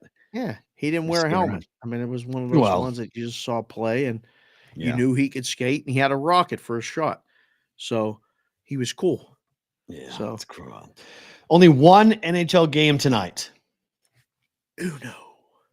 Jets, Blues. Yeah. Minus 230 on Winnipeg at home. Dear Lord, what's the total? 6. Under? That's what I bet. How about that? That's what I bet was under tonight. There you go. Winnipeg at home has been decent. 17-8. Jets on the Christ, is it not? What did you put? I paid 110 last night. For under? Yep. Oh yeah, no, it's still 6 flat. I thought you meant the side. The side's 225 or 230. Yeah, it's crazy. Yeah. Side's wild. Now, if we get Bartell sending us texts and stuff during the show, we're going to have a problem. Steve, get in the chat and tell all the people I'm not answering you or your texts and stuff while we're doing the show. No. Fair. Please, don't confuse us. Try to ask us these questions about the cigars. Mololabe. More on them later. Yes. On Mondays. We're working on something. Oh, yeah. But I don't know. If you had to bet this, did you take the Blues on a principal play? Plus a goal and a half. Right? You like the under? I like the under. Yeah. You want to pay minus 144 on it? For goal and a half? Plus 1.5, yeah. Not bad, yeah. That's not bad. That's not too. I mean, that's around the peak, right? That you do before the game. But yeah. Yeah. I'll give you the stats during better to book it. 3-2, 4-3 final, somewhere in that neighborhood. 1 goal game. Why we like that? The Magic, you're wearing the Sixers stuff. The Magic are plus 9.5 tonight on the road against the Sixers. Mm-hmm. Magic are just they're a machine. Covering machine. I mean, and they win some of these games outright when they're not supposed to. They're not winning in Philly tonight. They're not winning the game, Perrault. They're not. It's been hot, but I mean, did you see what Philly did over the weekend against Denver? The Sixers have been very good over the last 3 weeks, quietly running through people and not getting enough credit. Not the 32-16. They've won 7 in a row, and they've won 10 of 11. 10-9-8 76ers. Oh, the song, baby. Oh, things are rolling in Philadelphia again. Due to lose. I mean, they lost to the Thunder at home. Why can't they lose to the Magic at home? Well, I read the notes. You know the Thunder are good, right? Uh-huh. Yeah. So they can lose to them. They're not losing to the Magic. They're not losing outright, but that's a lot of points. They're 12-11-1, Orlando on the road. They're 28-21-1 overall, ATS. Say it again. 28 what? 28-21-1. It's good. Philly is 27-20-1. Good. Against the East, both these teams are basically 500 ATS. Mm-hmm. At home, Philly's pretty good, 16-9-1. On the Good. road, the Magic are 12-11-1. Okay. A winning record on the road. They did not cover against Chicago, but they covered the 3 previous games. Correct. Orlando did. Okay. And Philly has covered 4 of the last 5, including beating Denver at home as 3-point favorites, winning by 7. Trailing late the whole game and then just took over the fourth quarter. It's a good letdown spot. I can see the Magic play. I can see the Magic play. But I mean, the city momentum and all this other stuff. Joel, I mean, he's going to win. He's going to win the MVP. Try him. He'll never win it. I'd say never. I don't think they'll ever give it to a center the way he plays. He's just not dominant enough on the defensive end. He's just not. They'll never give it to him. He's not a two-way player. He's an offensive center. I just don't think they'll ever give him the MVP for that reason. Centers are expected to be more defensively oriented than he is. I don't like that. Jokic is better defensively than he is, and Jokic does more offensively. He's a bigger weapon. Jokic is a machine. My God. So rebounding, offensive and defensive rebounding. How do you say Jokic's first name correctly? Nikola. Mm-hmm. Nikola Okay. Jokic. It just what is it? Nikola Jokic. Mm-hmm. Okay. That's the way I heard it over the weekend, and I'm like, is that the wrong syllable or what? Like he does not sound like he's supposed to be saying it like that. The Joker is easier. Big Honey's my favorite. Big Honey. I love that nickname. That's my favorite. Big Honey's phenomenal. So LeBron had a little moment over the weekend where he decided to start crying. Does LeBron recreate the crying meme tonight in Brooklyn like he did against the Celtics? Chat's coming at you saying Joker's not a good defensive player either. He's pretty much all offense, Big Honey. So he is off, but he's a better weapon than I don't know. I'm a big fan. Passing the basketball until we see the offense run directly through the same way. Assist-wise, Jokic is incredible. Walking triple-double. But I'm taking – who would you take if you're drafting? Which one? Take one of the two. It's tough. Who's older? I actually don't know. I think Jokic probably is older. Be my guess. I might take the younger guy in that spot. As far as your question about crying, let's just get this one out of the way. It was a foul. They didn't call it. Embiid is... He went down on his knees like he lost the NBA Finals. He's 28. Who, Embiid? Uh-huh. And Jokic is how old? Jokic is 27. How about that? I would have bet a lot of money. That Embiid was older than Jokic. How about that? He's younger than him. Embiid is younger by a year? No, and Jokic is younger by a year. Okay. I would have said Embiid younger than Jokic. Right. Yeah. Well, white guys don't age well. He's had it, he's been working. Anyhow, LeBron going down like they got him with a sniper from the upper deck down on the ground, and oh my God, how could you not call this and all this other stuff? I was embarrassed. I was like, this can't be. And I was in the book. I was at the Venetian. That's when you know. That's when LeBron's got to know. He ain't in anymore. Refs aren't worried. Refs aren't scared. You're getting treated like everybody else, man. You're wearing a Laker uniform in the TD Garden against the number 1 team in basketball. You're not getting the call there, my friend. And all those years of getting calls and all those... It's over. It's done. That's it. All the diapering that they did, the babying of LeBron, all of the specialized treatments all came crashing down in that one moment, and you saw a guy act like he was, I don't know, for some like Shakespearean play, running to the ground, falling to the ground. It was awesome. Couldn't have loved it more. Oh, God. It's exactly what he deserves. It's great. It was so fun. And to win the game in overtime was even just like a chef's kiss. That was a wonderful thing. Oh, God. Made the Bruins collapse even worse because the Chef Benny parlay went up in smokes because the Bruins blew that lead. Right. The money line parlay, B's and Mhm. C's. Yeah. Should have Got a- cashed. Bruins Got a up D- three. when the Three. Bruins cashed or did not cash. Yeah, the book went nuts. Like the book went nuts when the Sure, because they're all foul Laker call was fans. called. Yes. There was a lot of Laker fans in Of the building. course. Yeah. They They covered the people in spread. for the weekend. They covered the spread. They did not win on the money line, which a lot of people had. The game went 7. over because it was going to Yep. go under because of the overtime. So it swung a lot of things, but I think he's out tonight. It's stunning. Shocking that LeBron would sit down against the Nets in New York.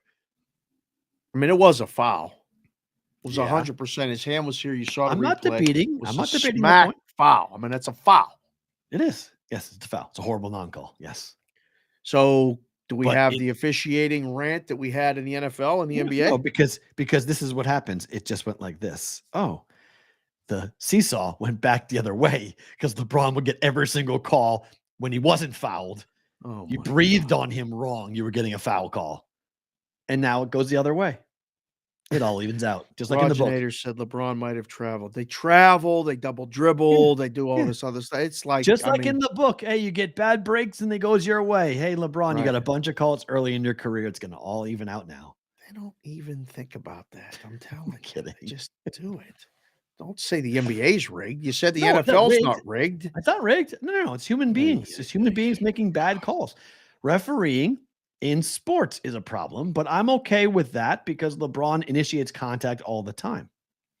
So it's a bad call. Should have been called. Yeah. I wouldn't have fought it if they called it. They didn't call it. They did not. Didn't end the game. You had the whole overtime to win the game. You did. If Joe Burrow was in overtime, it would have felt a whole lot better. I Joe would have Burrow felt did. better about it too. I would give the Chiefs due. I wouldn't be mad at the Chiefs. I wouldn't be mad. You actually would. Kelsey's rant actually would have been justified. I would have give them their just due. They won the game. They went to like all the talk, the Cincinnati mayor and Burrowhead and all the other stuff. All those things could have been shoved right down Cincy's throat if you won the game in overtime.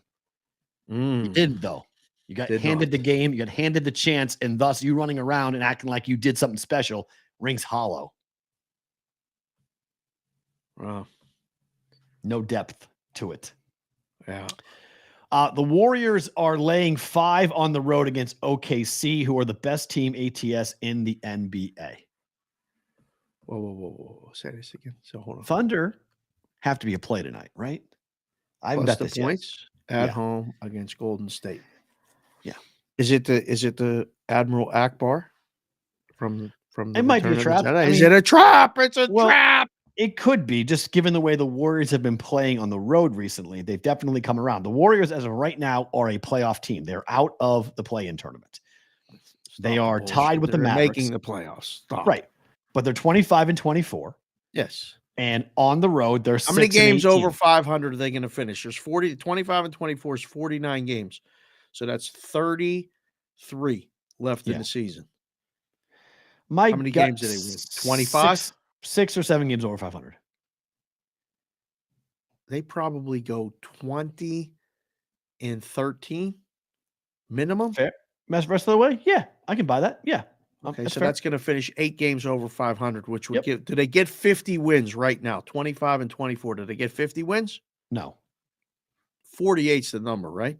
probably, yeah. Yeah. I mean, that's what I would start to do right now. Like when the football season, yesterday, boom. I'd come in right now and start to, turn the page. well, just start adjusting futures in the NBA, the divisions. Like I'm trying to get more money now because now all the eyes are on it.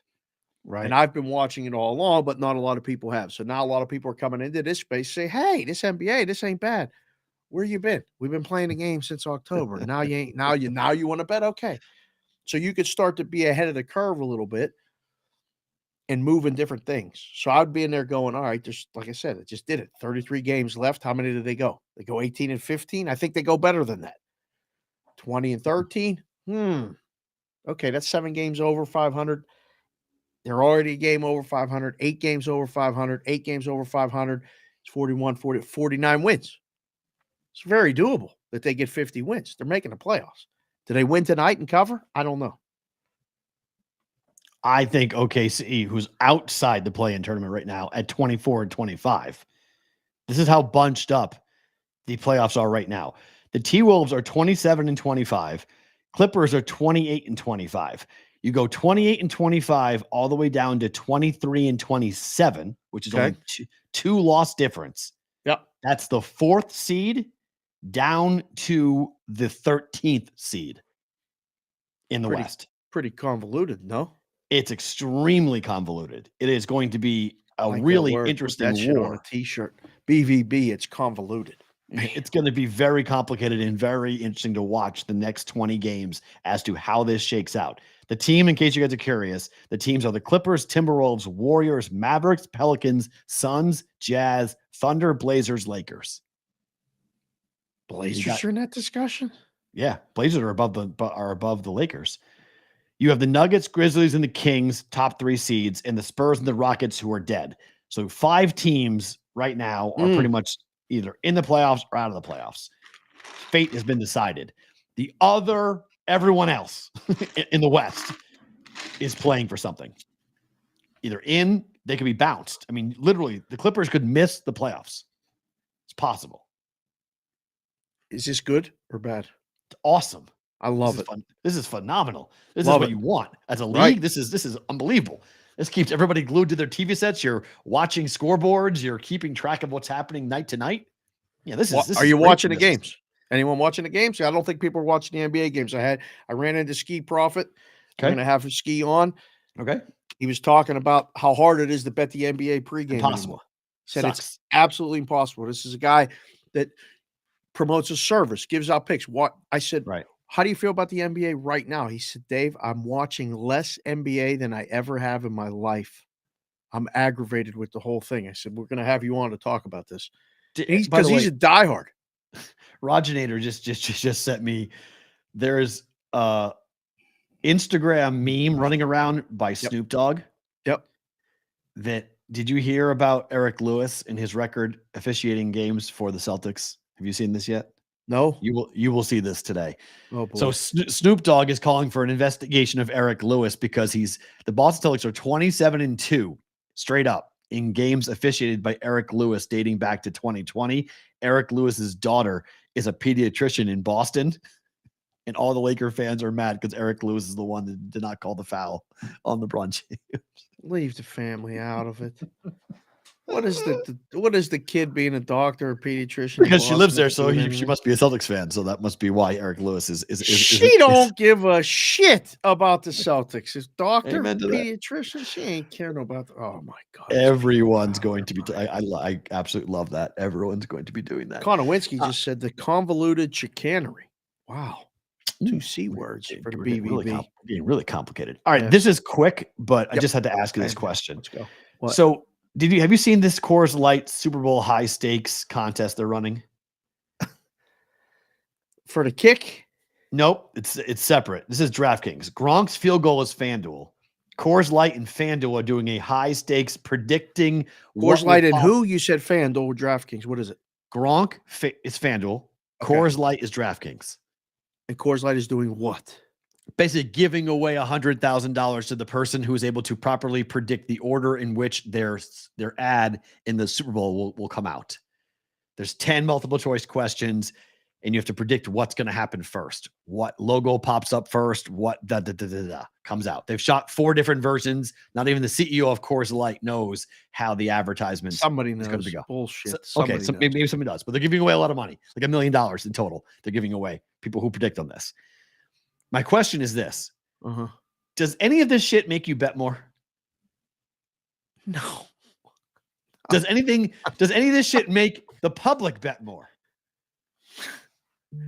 I mean, are we starting the consulting service? If people are watching, we're starting the consulting service. Do you think it means more? Oh, yeah, people will bet more. Truth? What should we do here? No. Absolutely fucking not. Stop the bullshit. Come on. It's so interesting to me as we look at the space and we watch these advertisements come out. And it's like beer is one thing. Alcohol is one thing. And now sports, go say goodbye to here just 1 second. But like alcohol when you are advertising, you're advertising either partying or, young people having a good time or don't drink your dad's beer. Like you're looking for the way to increase your brand awareness. And Yep. while I totally get that advertising is all about brand awareness, sports betting is a transactional business. Oh, shit. Now you've done it. It's a transactional business. It's not about like, I'm going to associate with DraftKings because my dad does FanDuel. Like no one's going to do that. They're going to bet based upon what they're going to bet at the book with the number and the prices. So Gronk doing a field goal kick, I don't care. Or predicting a Super Bowl ad for Coors Light, I don't care. Like if the end game is to get people to use your book and bet more, why aren't we focusing on making sure people like betting at our book? Or giving them the best prices or the best experience or getting them the best bonuses or whatever you want to do to get your customer through the door? Why are you spending this much money giving away money, running a contest that's not going to get people to bet more? Don't understand. I don't understand. Say goodbye to the grid. Thank you, Sports Grid. We'll talk to you guys tomorrow on a Tuesday live The on rest Twitter of you and stay YouTube. here. Don't Hit move. the subscribe button and like button too. Go ahead, sir. The floor is yours. I don't know. Why is the goal like to make you bet more?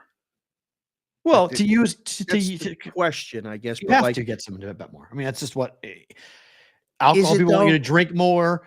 Fast food people want you to eat more. Like it's is just, it enough to just be loyal to the thing that you do? I don't want to tell you how much to do it, but when you do it, I want you to do it with me.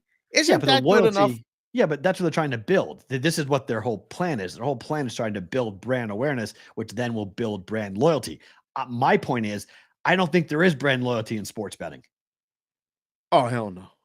I don't think people no, give no, a fuck. no, I don't think no, people no. go, DraftKings is my book or FanDuel is my book. No, I think they're going to go and go, where can I win? What's the best number? What's the best price? And they're going to figure it out once they bet enough to figure it out. And they're going to bet at that book. They're going to bet at the book. One, that's the most convenient. Two, Yep. if they find out that the other book is offering better prices, they'll leave you tomorrow. Today, actually, they'll give you notice. When is the notice? Today. I'm leaving right now. I'm taking my money out. I'm taking it over there. You have multiple outs. You have people that are shopping prices that will literally bet it at another place over a nickel difference, minus 105 versus minus 110. They're going to go to the minus 105. The other thing that I think that people need to realize is that no advertising is going to make it do it more. It's going to put it into consciousness more. But if the app doesn't work, or if the plus on the other side of a minus 150 is plus 114, and they go, not at the beginning, they don't know the difference, and then they start to look around and they go, wait a second. It should be plus 130. What are they doing? It says plus 115, 114. The minus always moves up, but the plus never moves back up with it. What's going on here? Or minus 114 on both sides. Well, I told you before. I told you again, we're off the grid now, so I can say it even more. And Farrah doesn't even have to worry about writing it down. It's fucking ridiculous because the guys on the street and the guys in the offshores are making more money now than ever. They're doing better than ever because they're just doing what they're supposed to be doing, booking the games. When you just book the games, it was a great quote that we heard when Crack said it. And Bob, name escapes me right now, said 11 to 10 built this all. 11 to 10 is enough. As long as you're taking bets, and they're not doing it. They're not doing it. I can't wait to fast forward in 10 years to look back upon these types of conversations. 10.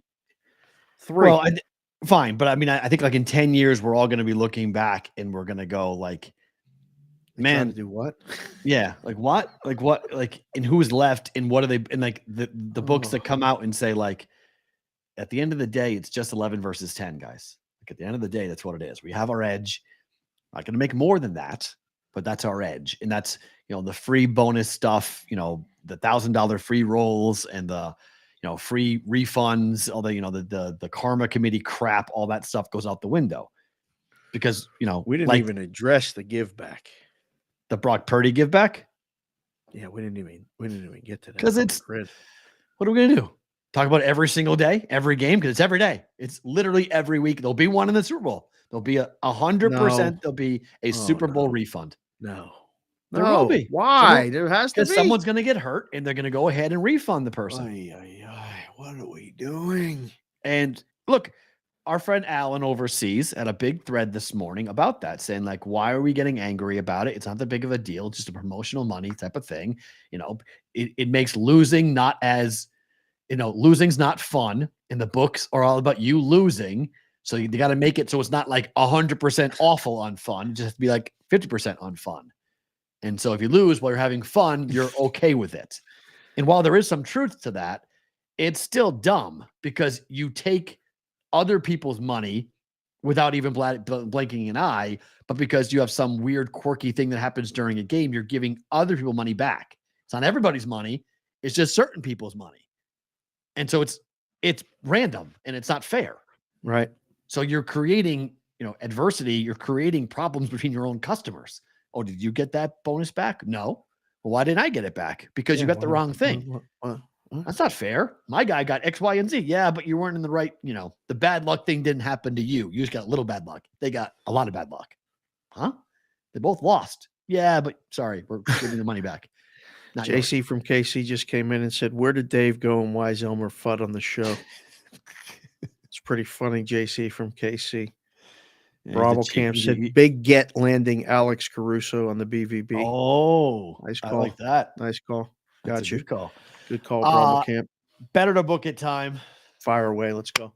2 quick games. Get this show on the road. We're almost Jets done. And the Blues tonight. Under. 2 contrasting styles. So here are the numbers. Jets are 17-6-2 to the under at home. They're 8-1-1 to the under over the last 10. They're 3-1-1 over the last 5, and they're 3-0 over the last 3. You just did 3 overs. Over, yes.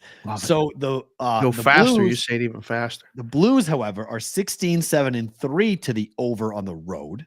6-2-2 to the over the last 10. 2-2-1 over the last 5. Oh boy, different trend there. And 0-2-1 over the last 3. Blues have stopped scoring goals. Under 6 -110. Better to book it. Bet it. First thought was immediately. I was hoping because they've been getting a little bit wise with the Jets games using 5.5 instead of 6, but the Blues prior history would dictate that you have to use a 6. As soon as you said it was a 6, I said under. I like under. Bet it. The next game, it's funny. On certain games, I now hear your voice. This is one of them. Oh.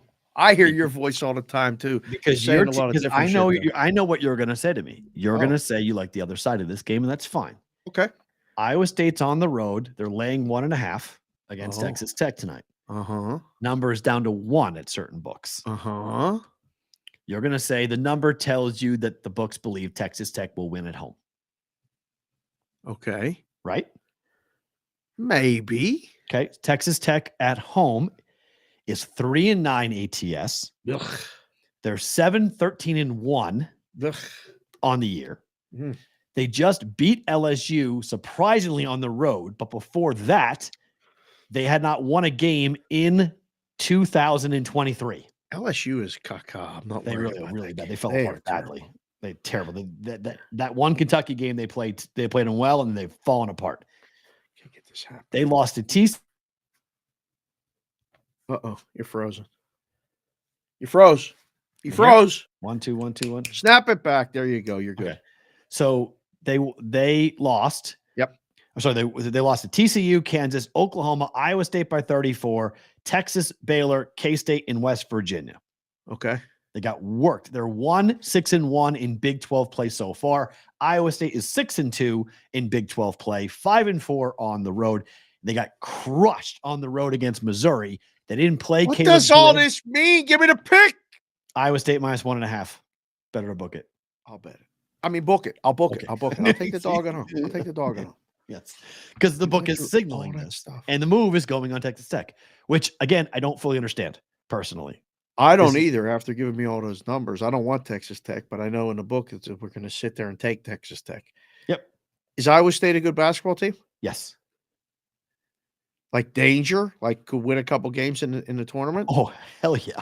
100%. Yes. Elite Eight material? Depends on the draw. I mean, they're 15-5. They're 6-2 in the Big 12. They're in contention to win the conference. 15-5 straight up. Yeah, see, BetSmart came in, and you guys should really follow Tyler. And BetSmart US is his handle. The number tells me the book thinks Iowa State is a 6-point favorite at home. That's kind of what that tells you.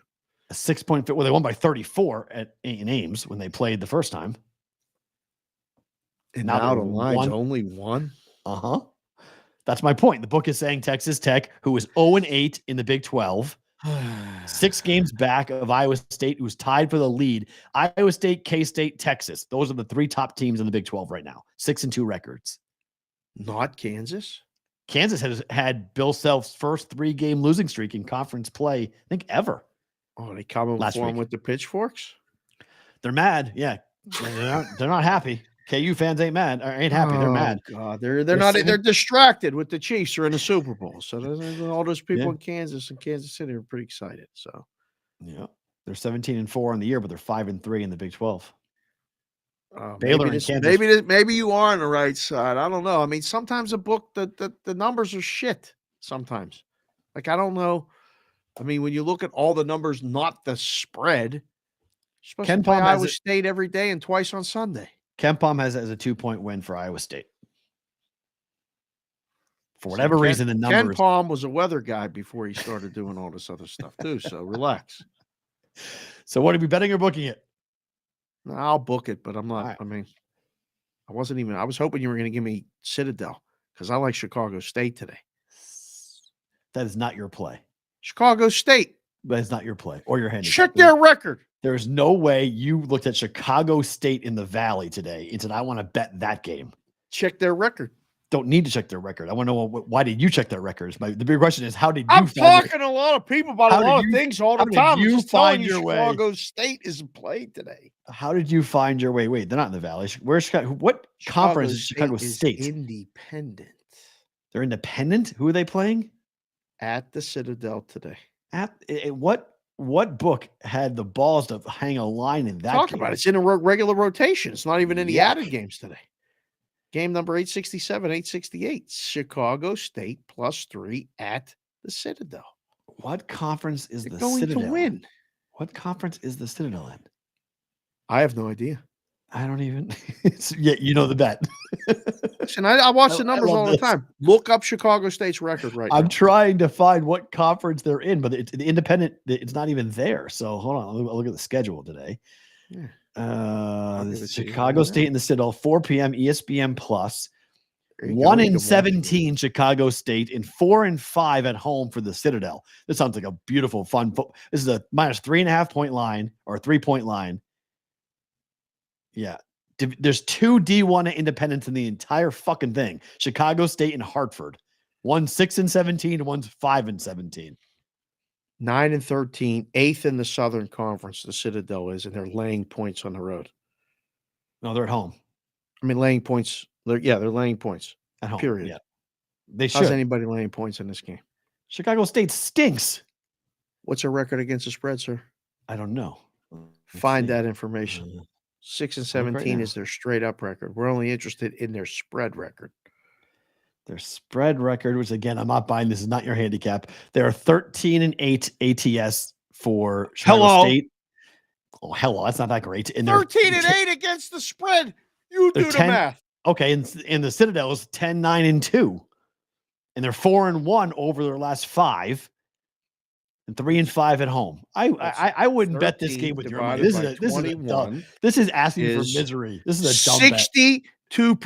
The Citadel or Chicago State is 62% against the spread. And you go, it's not that good. Whoever told you to bet this is a dumb bet.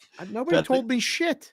This is Chicago State. Watching Chicago State against the spread. I've bet them a couple times in game. Because the numbers guys have no idea what they're doing with these games. That's I fair. used to They sit won. in the room and go, you don't even know what fucking planet Chicago State's on. Chicago State beat Coastal Carolina 3 games ago, and they beat Aurora University last game out, wherever the hell that is. 2-game winning streak? No, 2-1 over the last 3. They lost to Stanford 72-65. Yeah, what was the number on that game? 17 and a half. Had them. 18. Yeah, it was 18. Close, 17 and a half. You think I'm fucking just inventing stuff. How long have we been doing this show? If I tell you something's not bad, it's not bad. I'm not betting this. I'm sorry. I'm booking that. Thank you very much. You can have Chicago State all you want. Talking about that shit tomorrow. You got the Citadel. I got Chicago State. Go right ahead. You can have Chicago State every which way on Tuesday. Favorite thing about today is what? Wait, that can't be snowing. What? It's snowing outside. Shut up. Is that real? It's not snowing real. outside. I just opened my phone. It's like coming down like it's snowing. In Henderson, it's getting like hammered right now. It's coming. It was snowed here this morning. It's not snowing at my house. I have nothing. I have zero. I don't have rain anymore at my house. I had rain this morning, but I don't have snow. Oh, that sucks. I got spoiled. Oh, I want snow in my house. Look at that. That's coming down hard. That's accumulation in Henderson. Timeout. 20-second timeout. 20-second timeout. Whose fucking neighborhood or house camera are you dialed into where you're looking at the snow right there on that? Twitter. Oh, I thought you had somebody's house camera on your phone.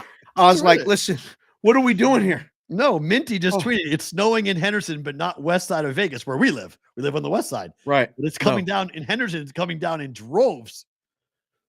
It was a little bit this morning when I ran out. That's what's going to be my favorite. I had 2 favorite things about today. Was one that it was snowing, but it wasn't sticking. So I was excited. Well, it is down there. It might again down here. I don't know. Right. But the other thing is the new house.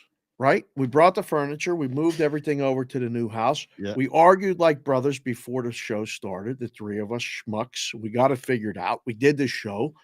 We're going to keep doing the show. Just like Jordan Belfort said, I'm not fucking leaving. We're not leaving. We thank you guys. Look, we had a nice crowd in here during the live show.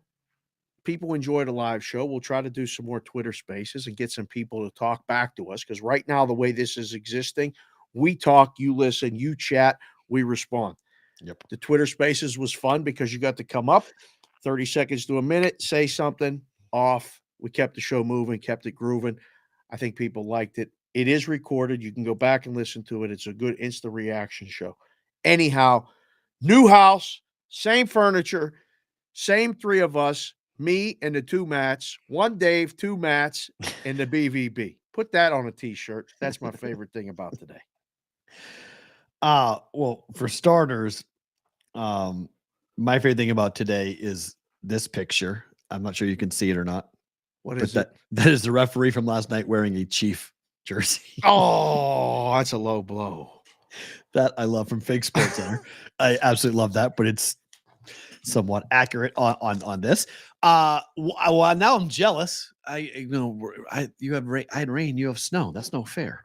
It was just a little bit dusting on the car. I was going to take a picture of it, but I figured I would take it after. Now I love snow coming down. I love snow falling is one of my favorite things in the world. I hate snow on the ground. It's one of my least favorite things in the world. Second hits the ground and what? No part of snow. I love it falling. Otherwise, I hate it. I like watching, like falling here. Just falling anywhere. Snow falling anywhere.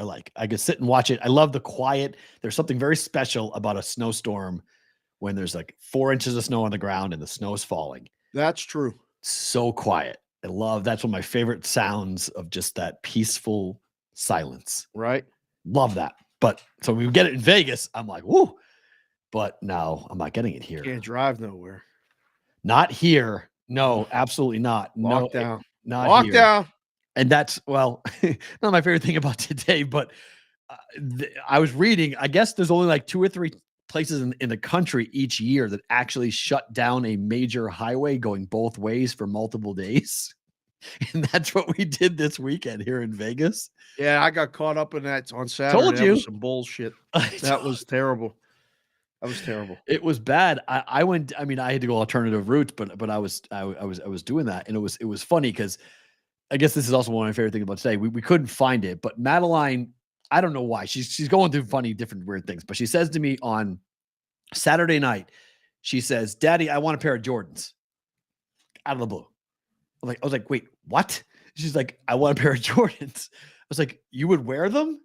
Like, granted, my kid's not like sporty like this. Like, it's not in her like thing. She's like, "Yes, I want them." I'm like, "You would wear them?" She's like, "Yeah." So we went to the shows. so we went to the mall. They're not bad. They're only $70 for kids. They're not horrible. Oh, you got that's good. Hello, I didn't buy good. them. I didn't buy them because the service was so bad. We went to Shoe Palace down in Fashion Square Mall. The music was so loud. The people were so uninterested in helping us. Madeline tried 2 pairs of shoes on, liked them both, couldn't find the right size in those shoes, and it took us, no lie, 45 minutes to try on 2 pairs of shoes. She got so frustrated. She goes, "I don't want them, Daddy, anymore. I'm done." And I was like, "I'll get them some other time." And so we walked out. So we never got them. But okay. I got places we can go. Yeah, don't go to there no more. But it's fun. I think it's fun just to watch my kid, who your daughter just turned 9. My daughter will turn 9 coming up. Like, they're getting into that. Like, that's my other favorite thing about today. Go ahead. This is like they're becoming people. You know, they're becoming they're becoming influenced by certain things. And so, like, she knows one of my favorite things to do. I don't know how you are on this, but I like watching things in order. So, like, I watched the Star Wars trilogy in order, or the Lord of the Rings trilogy in order. Why wouldn't you watch it in order? Well, because it's a lot of time. I mean, there's a lot of movies. So she said to me the other night, she goes, "Can we watch the Marvel movies start to finish in order?" I'm like, "Madeline, that's like 30 movies." She's like, "Yeah, we'll just do it until we're done." So we started 2 nights ago. We started Iron Man. Captain America to start it off. And we're going to watch every movie, all the shows, everything on Disney Plus all the way through. I'll see how far we get. But she woke up this morning and she's like, "I can't wait to watch Captain America tonight." I was like, "All right, maybe I hooked you into becoming a Marvel geek like your dad." The older one, Big Consig Kylie, and the little one, Kendall, Little Consig, did that last summer. Awesome. They stayed up way too late, but they would do 2 movies in one night. Wow. And then watch another one the next day. Like, yep. It was a summer marathon, Marvel marathon. And they both really, they loved it. They talk about it now to just the time they spent together, but they ask each other questions about the Spider-Man movies and this and that. And I'm like, okay. Yeah. You talk about them becoming people. I mean, it's incredible. I mean, Kendall turned 9. We had the big dinner at Black Tap. That's one of my favorite places in all of Vegas. I love that place. Minimum of an hour wait. It's Saturday night. I mean, I started not going that there. Big. No, but the shakes are they're absurd. They're $20 so fun for a shake. I mean, you got to be out of here. I know, but look at what you get. I'd rather just go to In-N-Out and get a good shake and not pay that much. But I'm neither here nor there. Okay. She says to us she wants to go to Black Tap. That's the only Black Tap. Yeah. I was working in the book at the Venetian. Yeah, so was I. Uh-huh. December 29th, 2017, when that Black Tap opened. Yep. And I was like, "You want to go to Black Tap? What do you know about Black Tap?" That's been open that long. My gosh, I've been in this town for a long time. Wow. So that's what hit me. I'm like, "You want to go to Black Tap?" So of course, I used to work there, so I know where to park. I know how to sneak in the back door. I know all the back road, everything. So, like, I get down there early after fighting that traffic on the 15, and I'm just sitting in the book. And I was sitting in the book in one of the chairs that one of the VIPs used to sit in, and watching the Lakers and Celtics. And then they got there, and we went and ate. But it brought back all those memories of working in the book and how it wasn't that long ago. It was 5 years ago, but it felt like a world ago, because now we're doing shows and we're talking about this. And it's just amazing, the progression of life, and you don't know where you're going. You don't know where you're going to be. I heard another one at the softball field on Saturday. One of the girls came up and said, "Coach Dave," we started talking. And she's like, "My dad keeps saying this to me. Can you explain it?" He says to me every day, "Always forward, never straight." And I said, That's one of the best sayings I've ever heard. I'm going to say that on the show. She goes, what do you mean? What does it mean? Said, your dad's telling you to go always forward, but it's never straight. You may have to turn left. You may have to turn right. She goes, oh my God, Coach Dave, I actually understand it. I said, watch the show on Monday. I said, and while you're there, hit the like button. But that was for Kaylee and Kiana. We had shared about a 5 to 10 minute moment. Always forward, never straight. The BVB. Let's fucking go. I love that. Let's fucking go. It's a good saying. It really is a good saying. When we say hit the like button and the subscribe button, this is important now, guys. Okay. Please. If you're listening on Apple, same thing. So, Spotify, same thing. Like, subscribe. It's important. The whole algorithm thing. We got to start from scratch and build this thing up. When the Discord channel launches here in the next 24 to 48 hours, it's the same world. We need you guys to go in there and to say yes, subscribe to it, be a part of it, come on in. It'll take time. We'll build it right back up to where it was, but there'll be some new cool things. We'll do some contests to get you guys some free gear and whatnot. So we've got a lot of things going on. It's going to be a very, very busy month of February, and we're heading to Arizona on top of that for the Super Bowl. For Farrah, for Dave, I'm Matt. We will talk to you tomorrow for Tuesday's BBB.